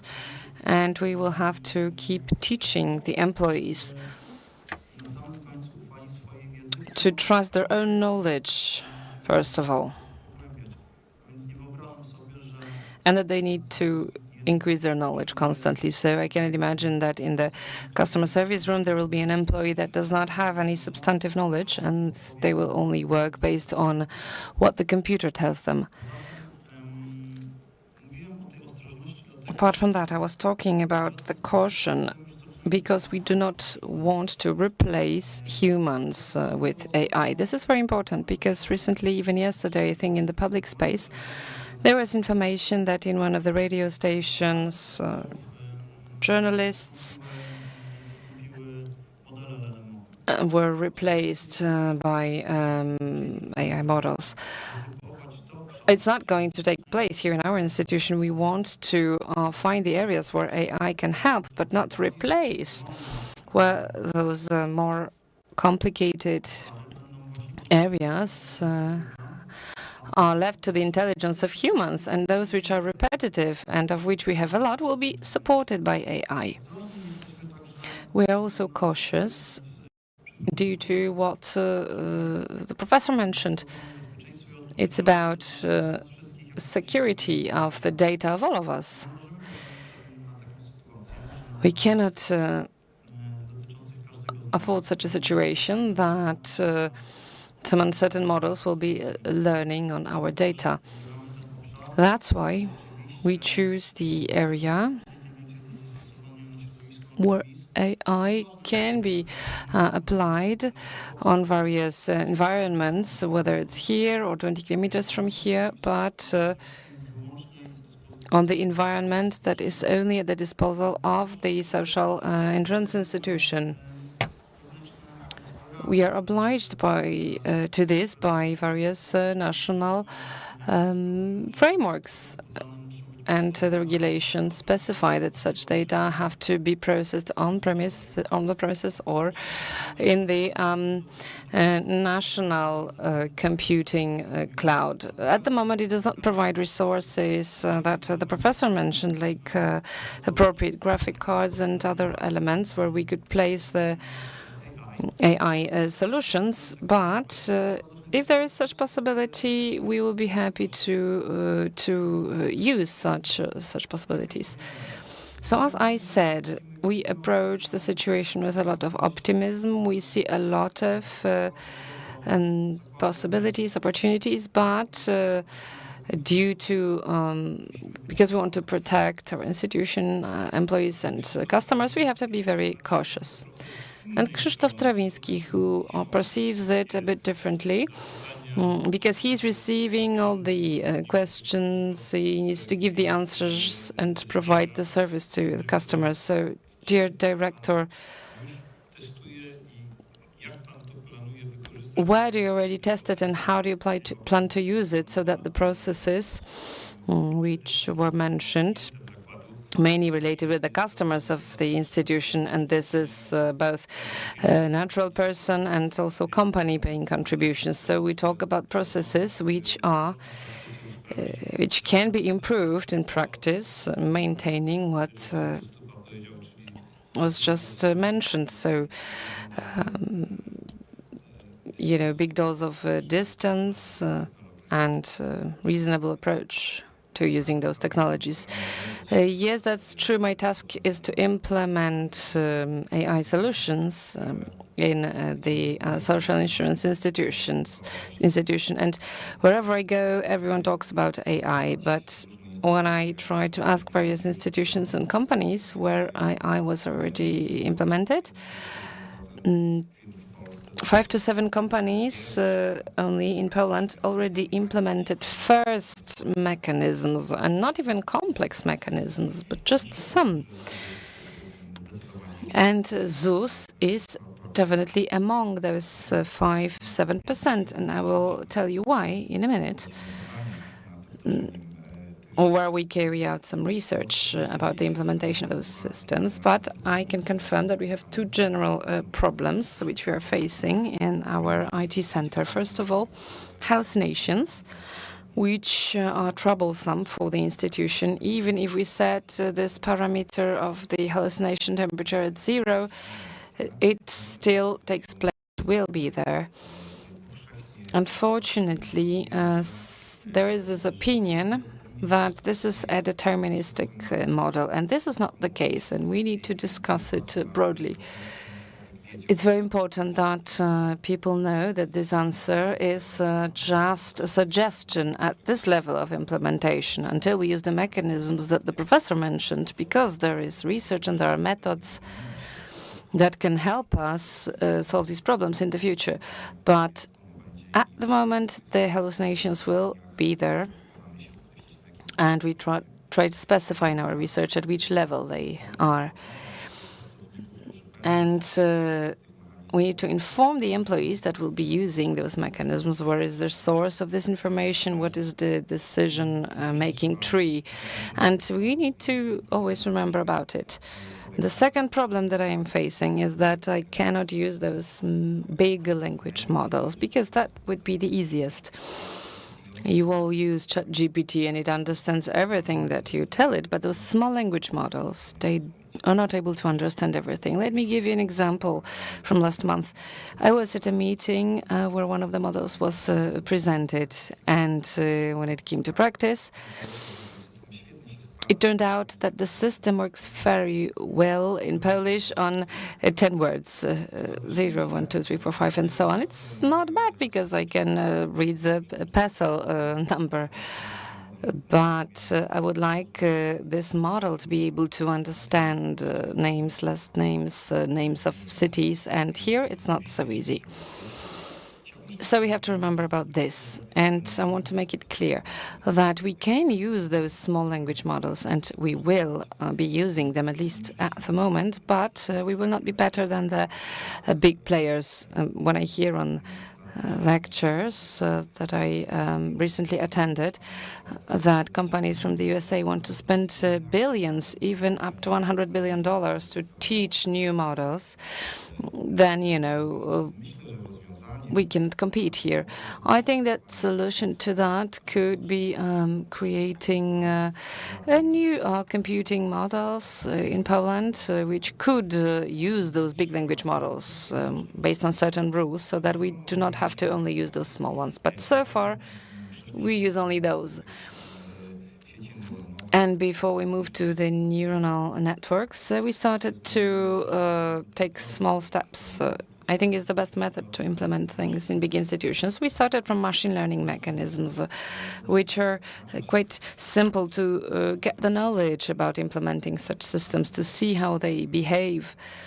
What is the probability of accuracy? How good are the predictions? And we managed to implement such system in production and to integrate it with our systems in ZUS, and it improves the management of the internal customer requests, and then we can extend it to external customers. These are those baby steps, and if it works well on internal customers, then we can easily extend it to external customers. And this mechanism is about listening to what our employees submit and what are the problems of the users. And thanks to the analysis of those descriptions, we direct these requests directly to the person who has the best knowledge to solve the problem. So we bypass a lot of intermediaries who maybe read those descriptions unnecessarily, and they look for the right person to serve the process. We even skip the IT, and we direct those requests directly to business. And thanks to this, we have the understanding of what's going on. We know that the predictions are at the level of 98, 99%. That's quite well for the first implementation. And this is step one. Step two that we managed to implement is application of multimedia in the processes. If we know that an employee has notified us about the problem, let's say in the end the customer, and we know that the employee can manage on their own, then we just send a little part, like a video, a fragment of instruction, do it that way, and they get the solution immediately. And the third step that we want to make is the use of generative AI to solve the problem. And these are those first steps. The first two are behind us, and the third one, how do we approach it? The third step is about different technologies on the market. There are a lot of them. President Wasilewski said that there is a survey on the website of ZUS where all the stakeholders can contact us and suggest their solutions. We have currently over 20 of them. But before the survey was introduced, we got in touch with the commerce, with universities, and we signed an agreement for proof of concept to build an intelligent database, the base of knowledge,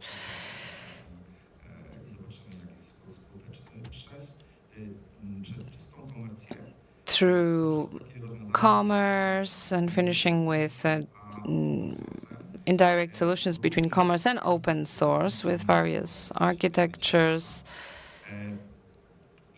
And I think that within a month or two, we will be able to perform a research with the users of our benefit systems. First, with benefits for families, because they seem to be simple, and then in a more difficult area with long-term benefits, where we have very long legislation, a lot of materials to teach the systems. And why do we want to do it that way? Because, first of all, we will know whether those systems hallucinate based on perfect documentation that we have, but this will be clear once we see the effects of those implementations. And secondly, we have great base of testers. 30,000 of people can click, it's okay, it's not okay. And thanks to this, we can keep teaching the system until we have a great tool, not something that will replace the employee, but a tool to work more efficiently in an easier way so that we can navigate faster among all the regulations. For example, within those long-term benefits. And if this database of knowledge works, then the possibilities of using AI, having such database, such bases, in my opinion, with the quality of data that ZUS has, then our possibilities are unlimited. This is one thing. And another area, irrespective of what I said, is one which is related with medical certificates. So we decided to examine the possibilities of using AI to analyze in a complex way medical documentation so that in our interactional applications, doctors get a summary of medical documents with the most essential elements for the medical diagnosis so that they can give the decision easily without browsing dozens of documents. And here we have a lot of benefits. We can support this area because there aren't enough people. And here you're not at risk of replacing someone, but the other way around. And this is the picture we get of what technology can do and of a position in which the social insurance institution is.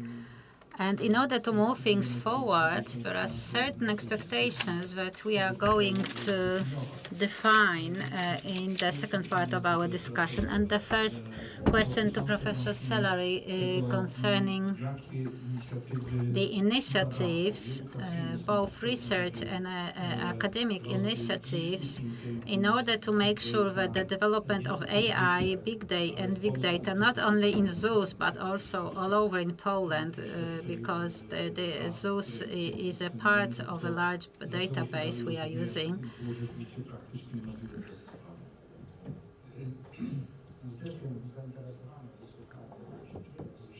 So it has been very interesting to hear what's going on in ZUS. And being an outsider who is not familiar with the challenges faced by ZUS, I would use three categories of applications. So first, customer service.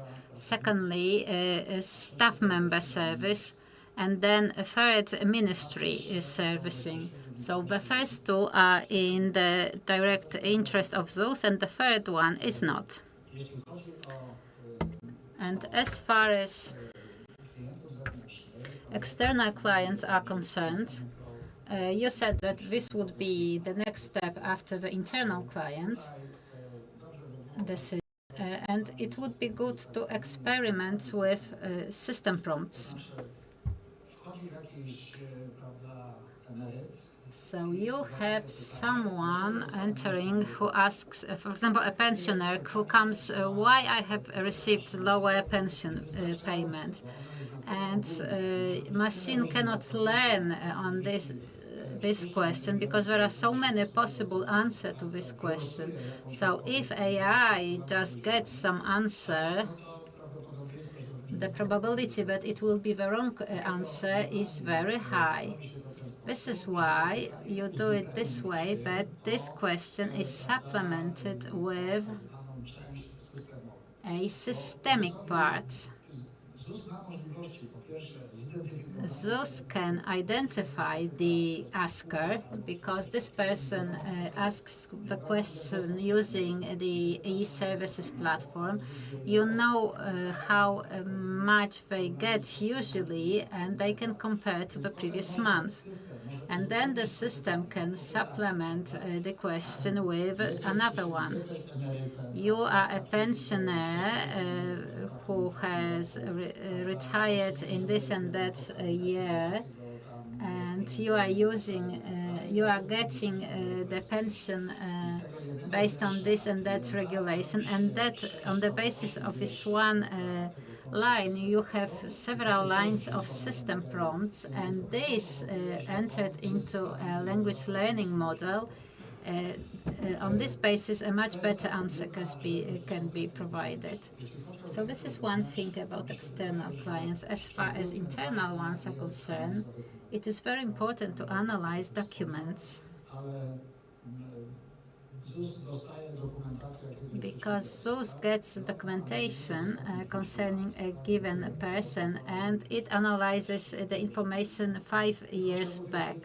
But within these 5 years, we have had so many law amendments and principles, and not starting from January. Sometimes it was starting from February, and the financial year differs from the year applied by ZUS, and the entrepreneur has mentioned the way they pay taxes from one model to another. So then you have a great conglomerate of legal challenges that are subject to the country and the entrepreneur themselves. So you mean many hours of work of an expert who works at ZUS in order to solve this question and say, well, this is the right payment, this is not the right, you must pay so much, you will be reimbursed that much. So in these applications, provided that models are well trained, this can be very useful, because models can analyze the documents. It will not make a decision how much is to be paid or reimbursed, but it can prepare documents in such a way to make sure that this analysis is made much easier for a human being. So it is about making the efficiency of work higher and improving the work of a whole institution. And instead of these empty spaces in the first row, I would like to see representatives of ministries, Ministry of Finance, Ministry of Health, etc., etc. Why? Because ZUS has really a treasure trove which is called gigadata. So, although during the previous panel was discussed, everyone understands giga dates, and big data is something totally different. So let us use plain Polish. So giga data, and this giga data can be used by the ministries for strategic purposes of identifying trends and identifying social groups that change behavior. Or, for example, you can see how women behave in the labor market, how young people behave. So AI can show incredible things that a human being cannot identify on their own, because these are giga data. This is giga data. So this is so huge that a human being cannot do it. So you can either do it using the machine, or you cannot do it at all. And this is a great resource that could be used for better management of the state. And ZUS is the owner of this mine. It doesn't mine itself, and it doesn't sell the gold from its treasure trove. But what you need is the interest of those who can make use of this gold and translate it to the right practices that would be applied in a reasonable way.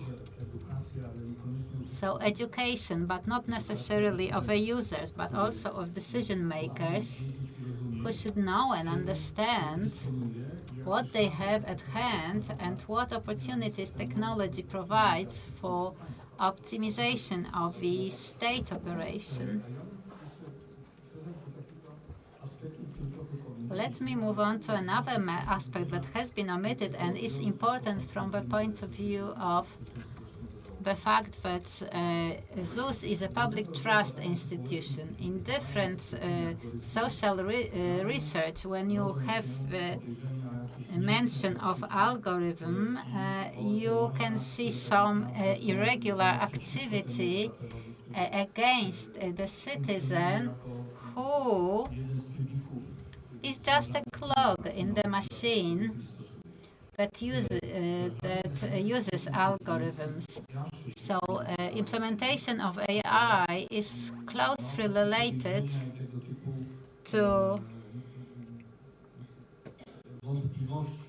doubts,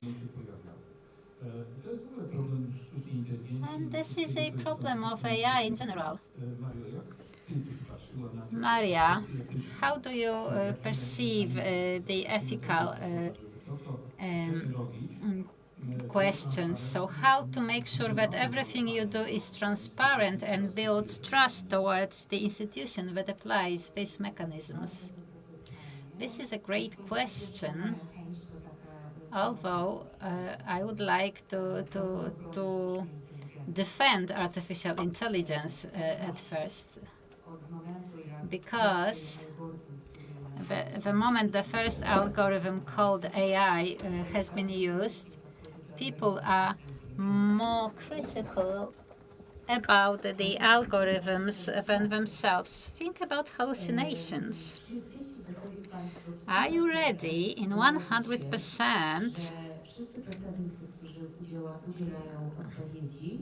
to say that all stuff, yes, you are already nodding and I haven't asked the question, that they have exactly the same knowledge and experience, all of them? Obviously not, but we have technology in order to improve the quality. And this is why we accept that technology, except from providing improvements and speeding up the process, it will improve the customer experience. So we need to make sure that staff members know that AI can hallucinate. So I personally know how difficult it is to deal with customers and how the level of competence grows with your experience. I totally agree, but if a staff member is wrong, we do not say they hallucinate. They just made a mistake. It's human to err. And how do we talk about neural networks? They hallucinate. And thanks God for that. Because if we said that neural networks err, that would be even worse. So this is just a wake-up call for all of you.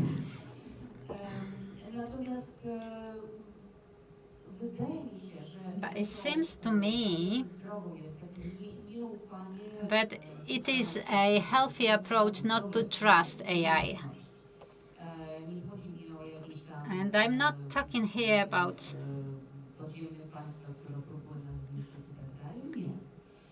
some dark forces that want to destroy us. Obviously, there are different algorithms. There are probabilistic algorithms where you need to know what is the probability. Quite recently, I had a student who wrote a thesis on irregularities concerning loans. And to her, like being a client of a bank, it wasn't important how specific the model is.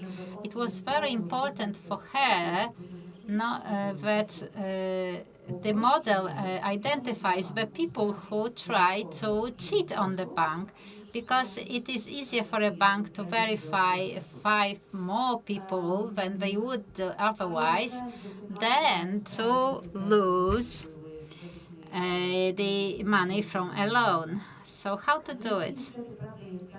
And the truth is that deep algorithms, so large neural networks and large language models, you cannot trust them. Because as you have said, you do not know what's going on inside.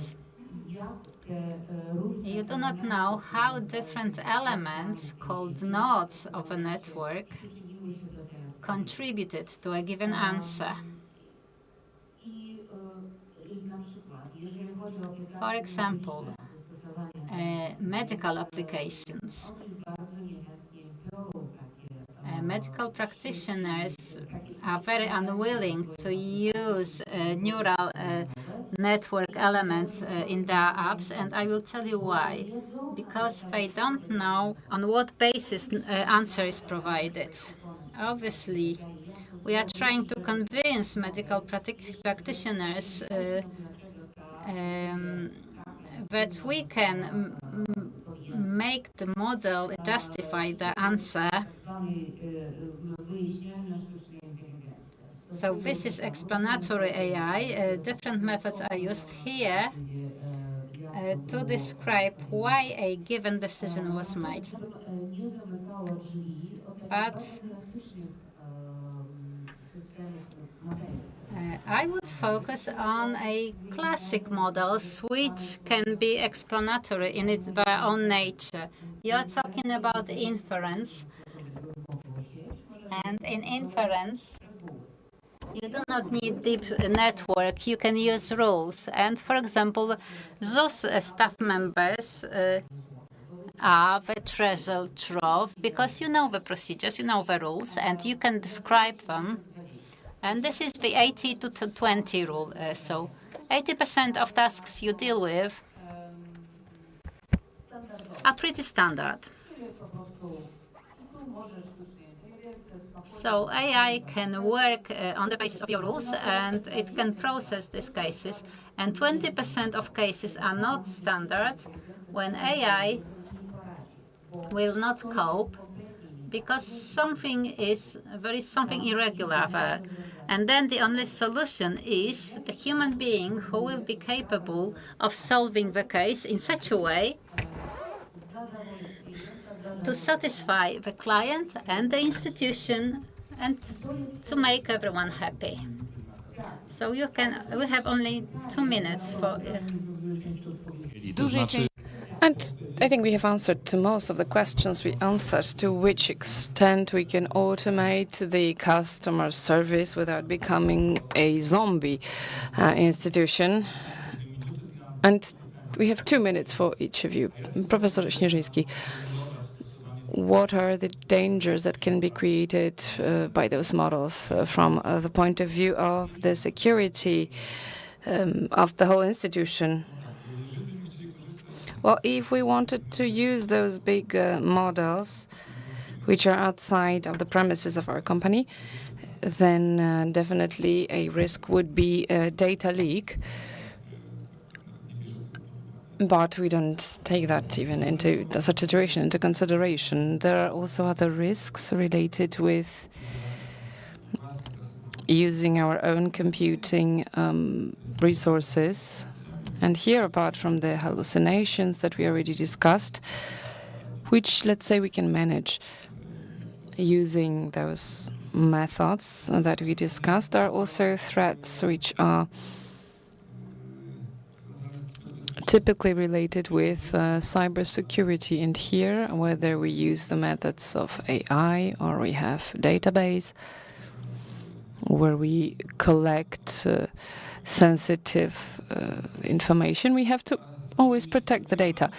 And if we want to protect the data, then AI can help us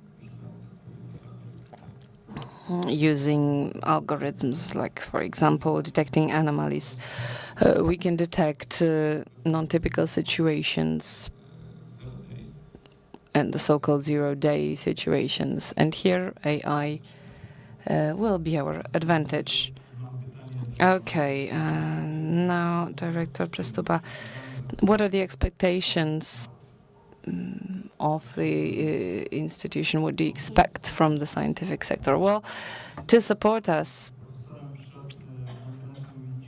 before the conference, I exchanged some information with the professor, and we need to understand each other. The world of science needs to understand that ZUS needs solutions for now that can be implemented ASAP. And public administration should understand that the world of science might want to take care of the problem, which is attractive from the scientific point of view, because maybe it was already solved somewhere else before. So I think that the understanding is very important. Whether we cooperate with NCBR or with other universities, I think that mutual understanding needs to be the basis for our cooperation, and without that we will not achieve anything. But I have to also refer to what the professor said about transferring data from the institution. It already happens. A lot of evaluations of legal outcomes are use aggregated data from our institution, and if we receive legal acts for our opinion, we do not hesitate and we use aggregated data to, for example, correct legislators so that we as states do not adopt regulations which have errors. In the morning, we said that maybe we lack some coordination in building IT systems. We have the special committee for digitization, but this coordination is taking place there, and we also opinionate on such acts so that there is no competition between particular institutions of public administration, and so that public money is spent in the right way. And Director Trawiński, what do you expect from business? Well, let me refer to Madam Professor about the trust to AI and what I would expect from a business when I provide you functioning systems, because I'm worried that the trust to AI, because it's so efficient and it pretends to be a human being so well, that this trust is going to be so big that we will switch off our thinking. And this is a challenge. The example can be, just World Wide Web. We have so much information, but we don't use it as we imagined one day, and I think it can get worse. Okay, I will refer to the first panel when it was said about, when we discussed what we should teach the young people in schools, and we said that we should teach them how to use tools. And I think that the youth knows better than us how to use the tools. We should teach them critical thinking mainly, to analyze the reality, because then they will cope with those tools. And it's about all the educational processes, because without education, without constant improvement of our knowledge, and without social campaigns organized by the institution showing what ZUS does and what we apply, and that it's not against anyone, that this is in order to provide better service to the clients. It's one of the methods that can be efficient in the next years of building a social trust for this most important institution. Thank you very much. We had Maria Ganza from the Warsaw University of Technology, Bartłomiej Śnieżyński from University AGH in Krakow, Bartłomiej Prystupa, Krzysztof Trawiński, and Professor Wojciech Celary. I would like to thank the panelists. I hope it was interesting. Thank you. Once again, I would like to thank all the panelists and moderators.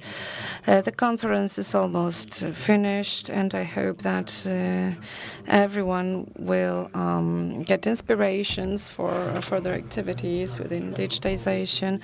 And this conference is part of the celebrations of the 90th anniversary of ZUS, and the final will take place tomorrow. Before I invite you to networking, I would like to once again thank all the panelists and moderators for very valuable presentations and discussions. I would also like to thank the audience here in the ZUS headquarters in Warsaw, but also those who were with us online on various platforms in YouTube and Zoom services. Thank you very much, and see you soon. Thank you.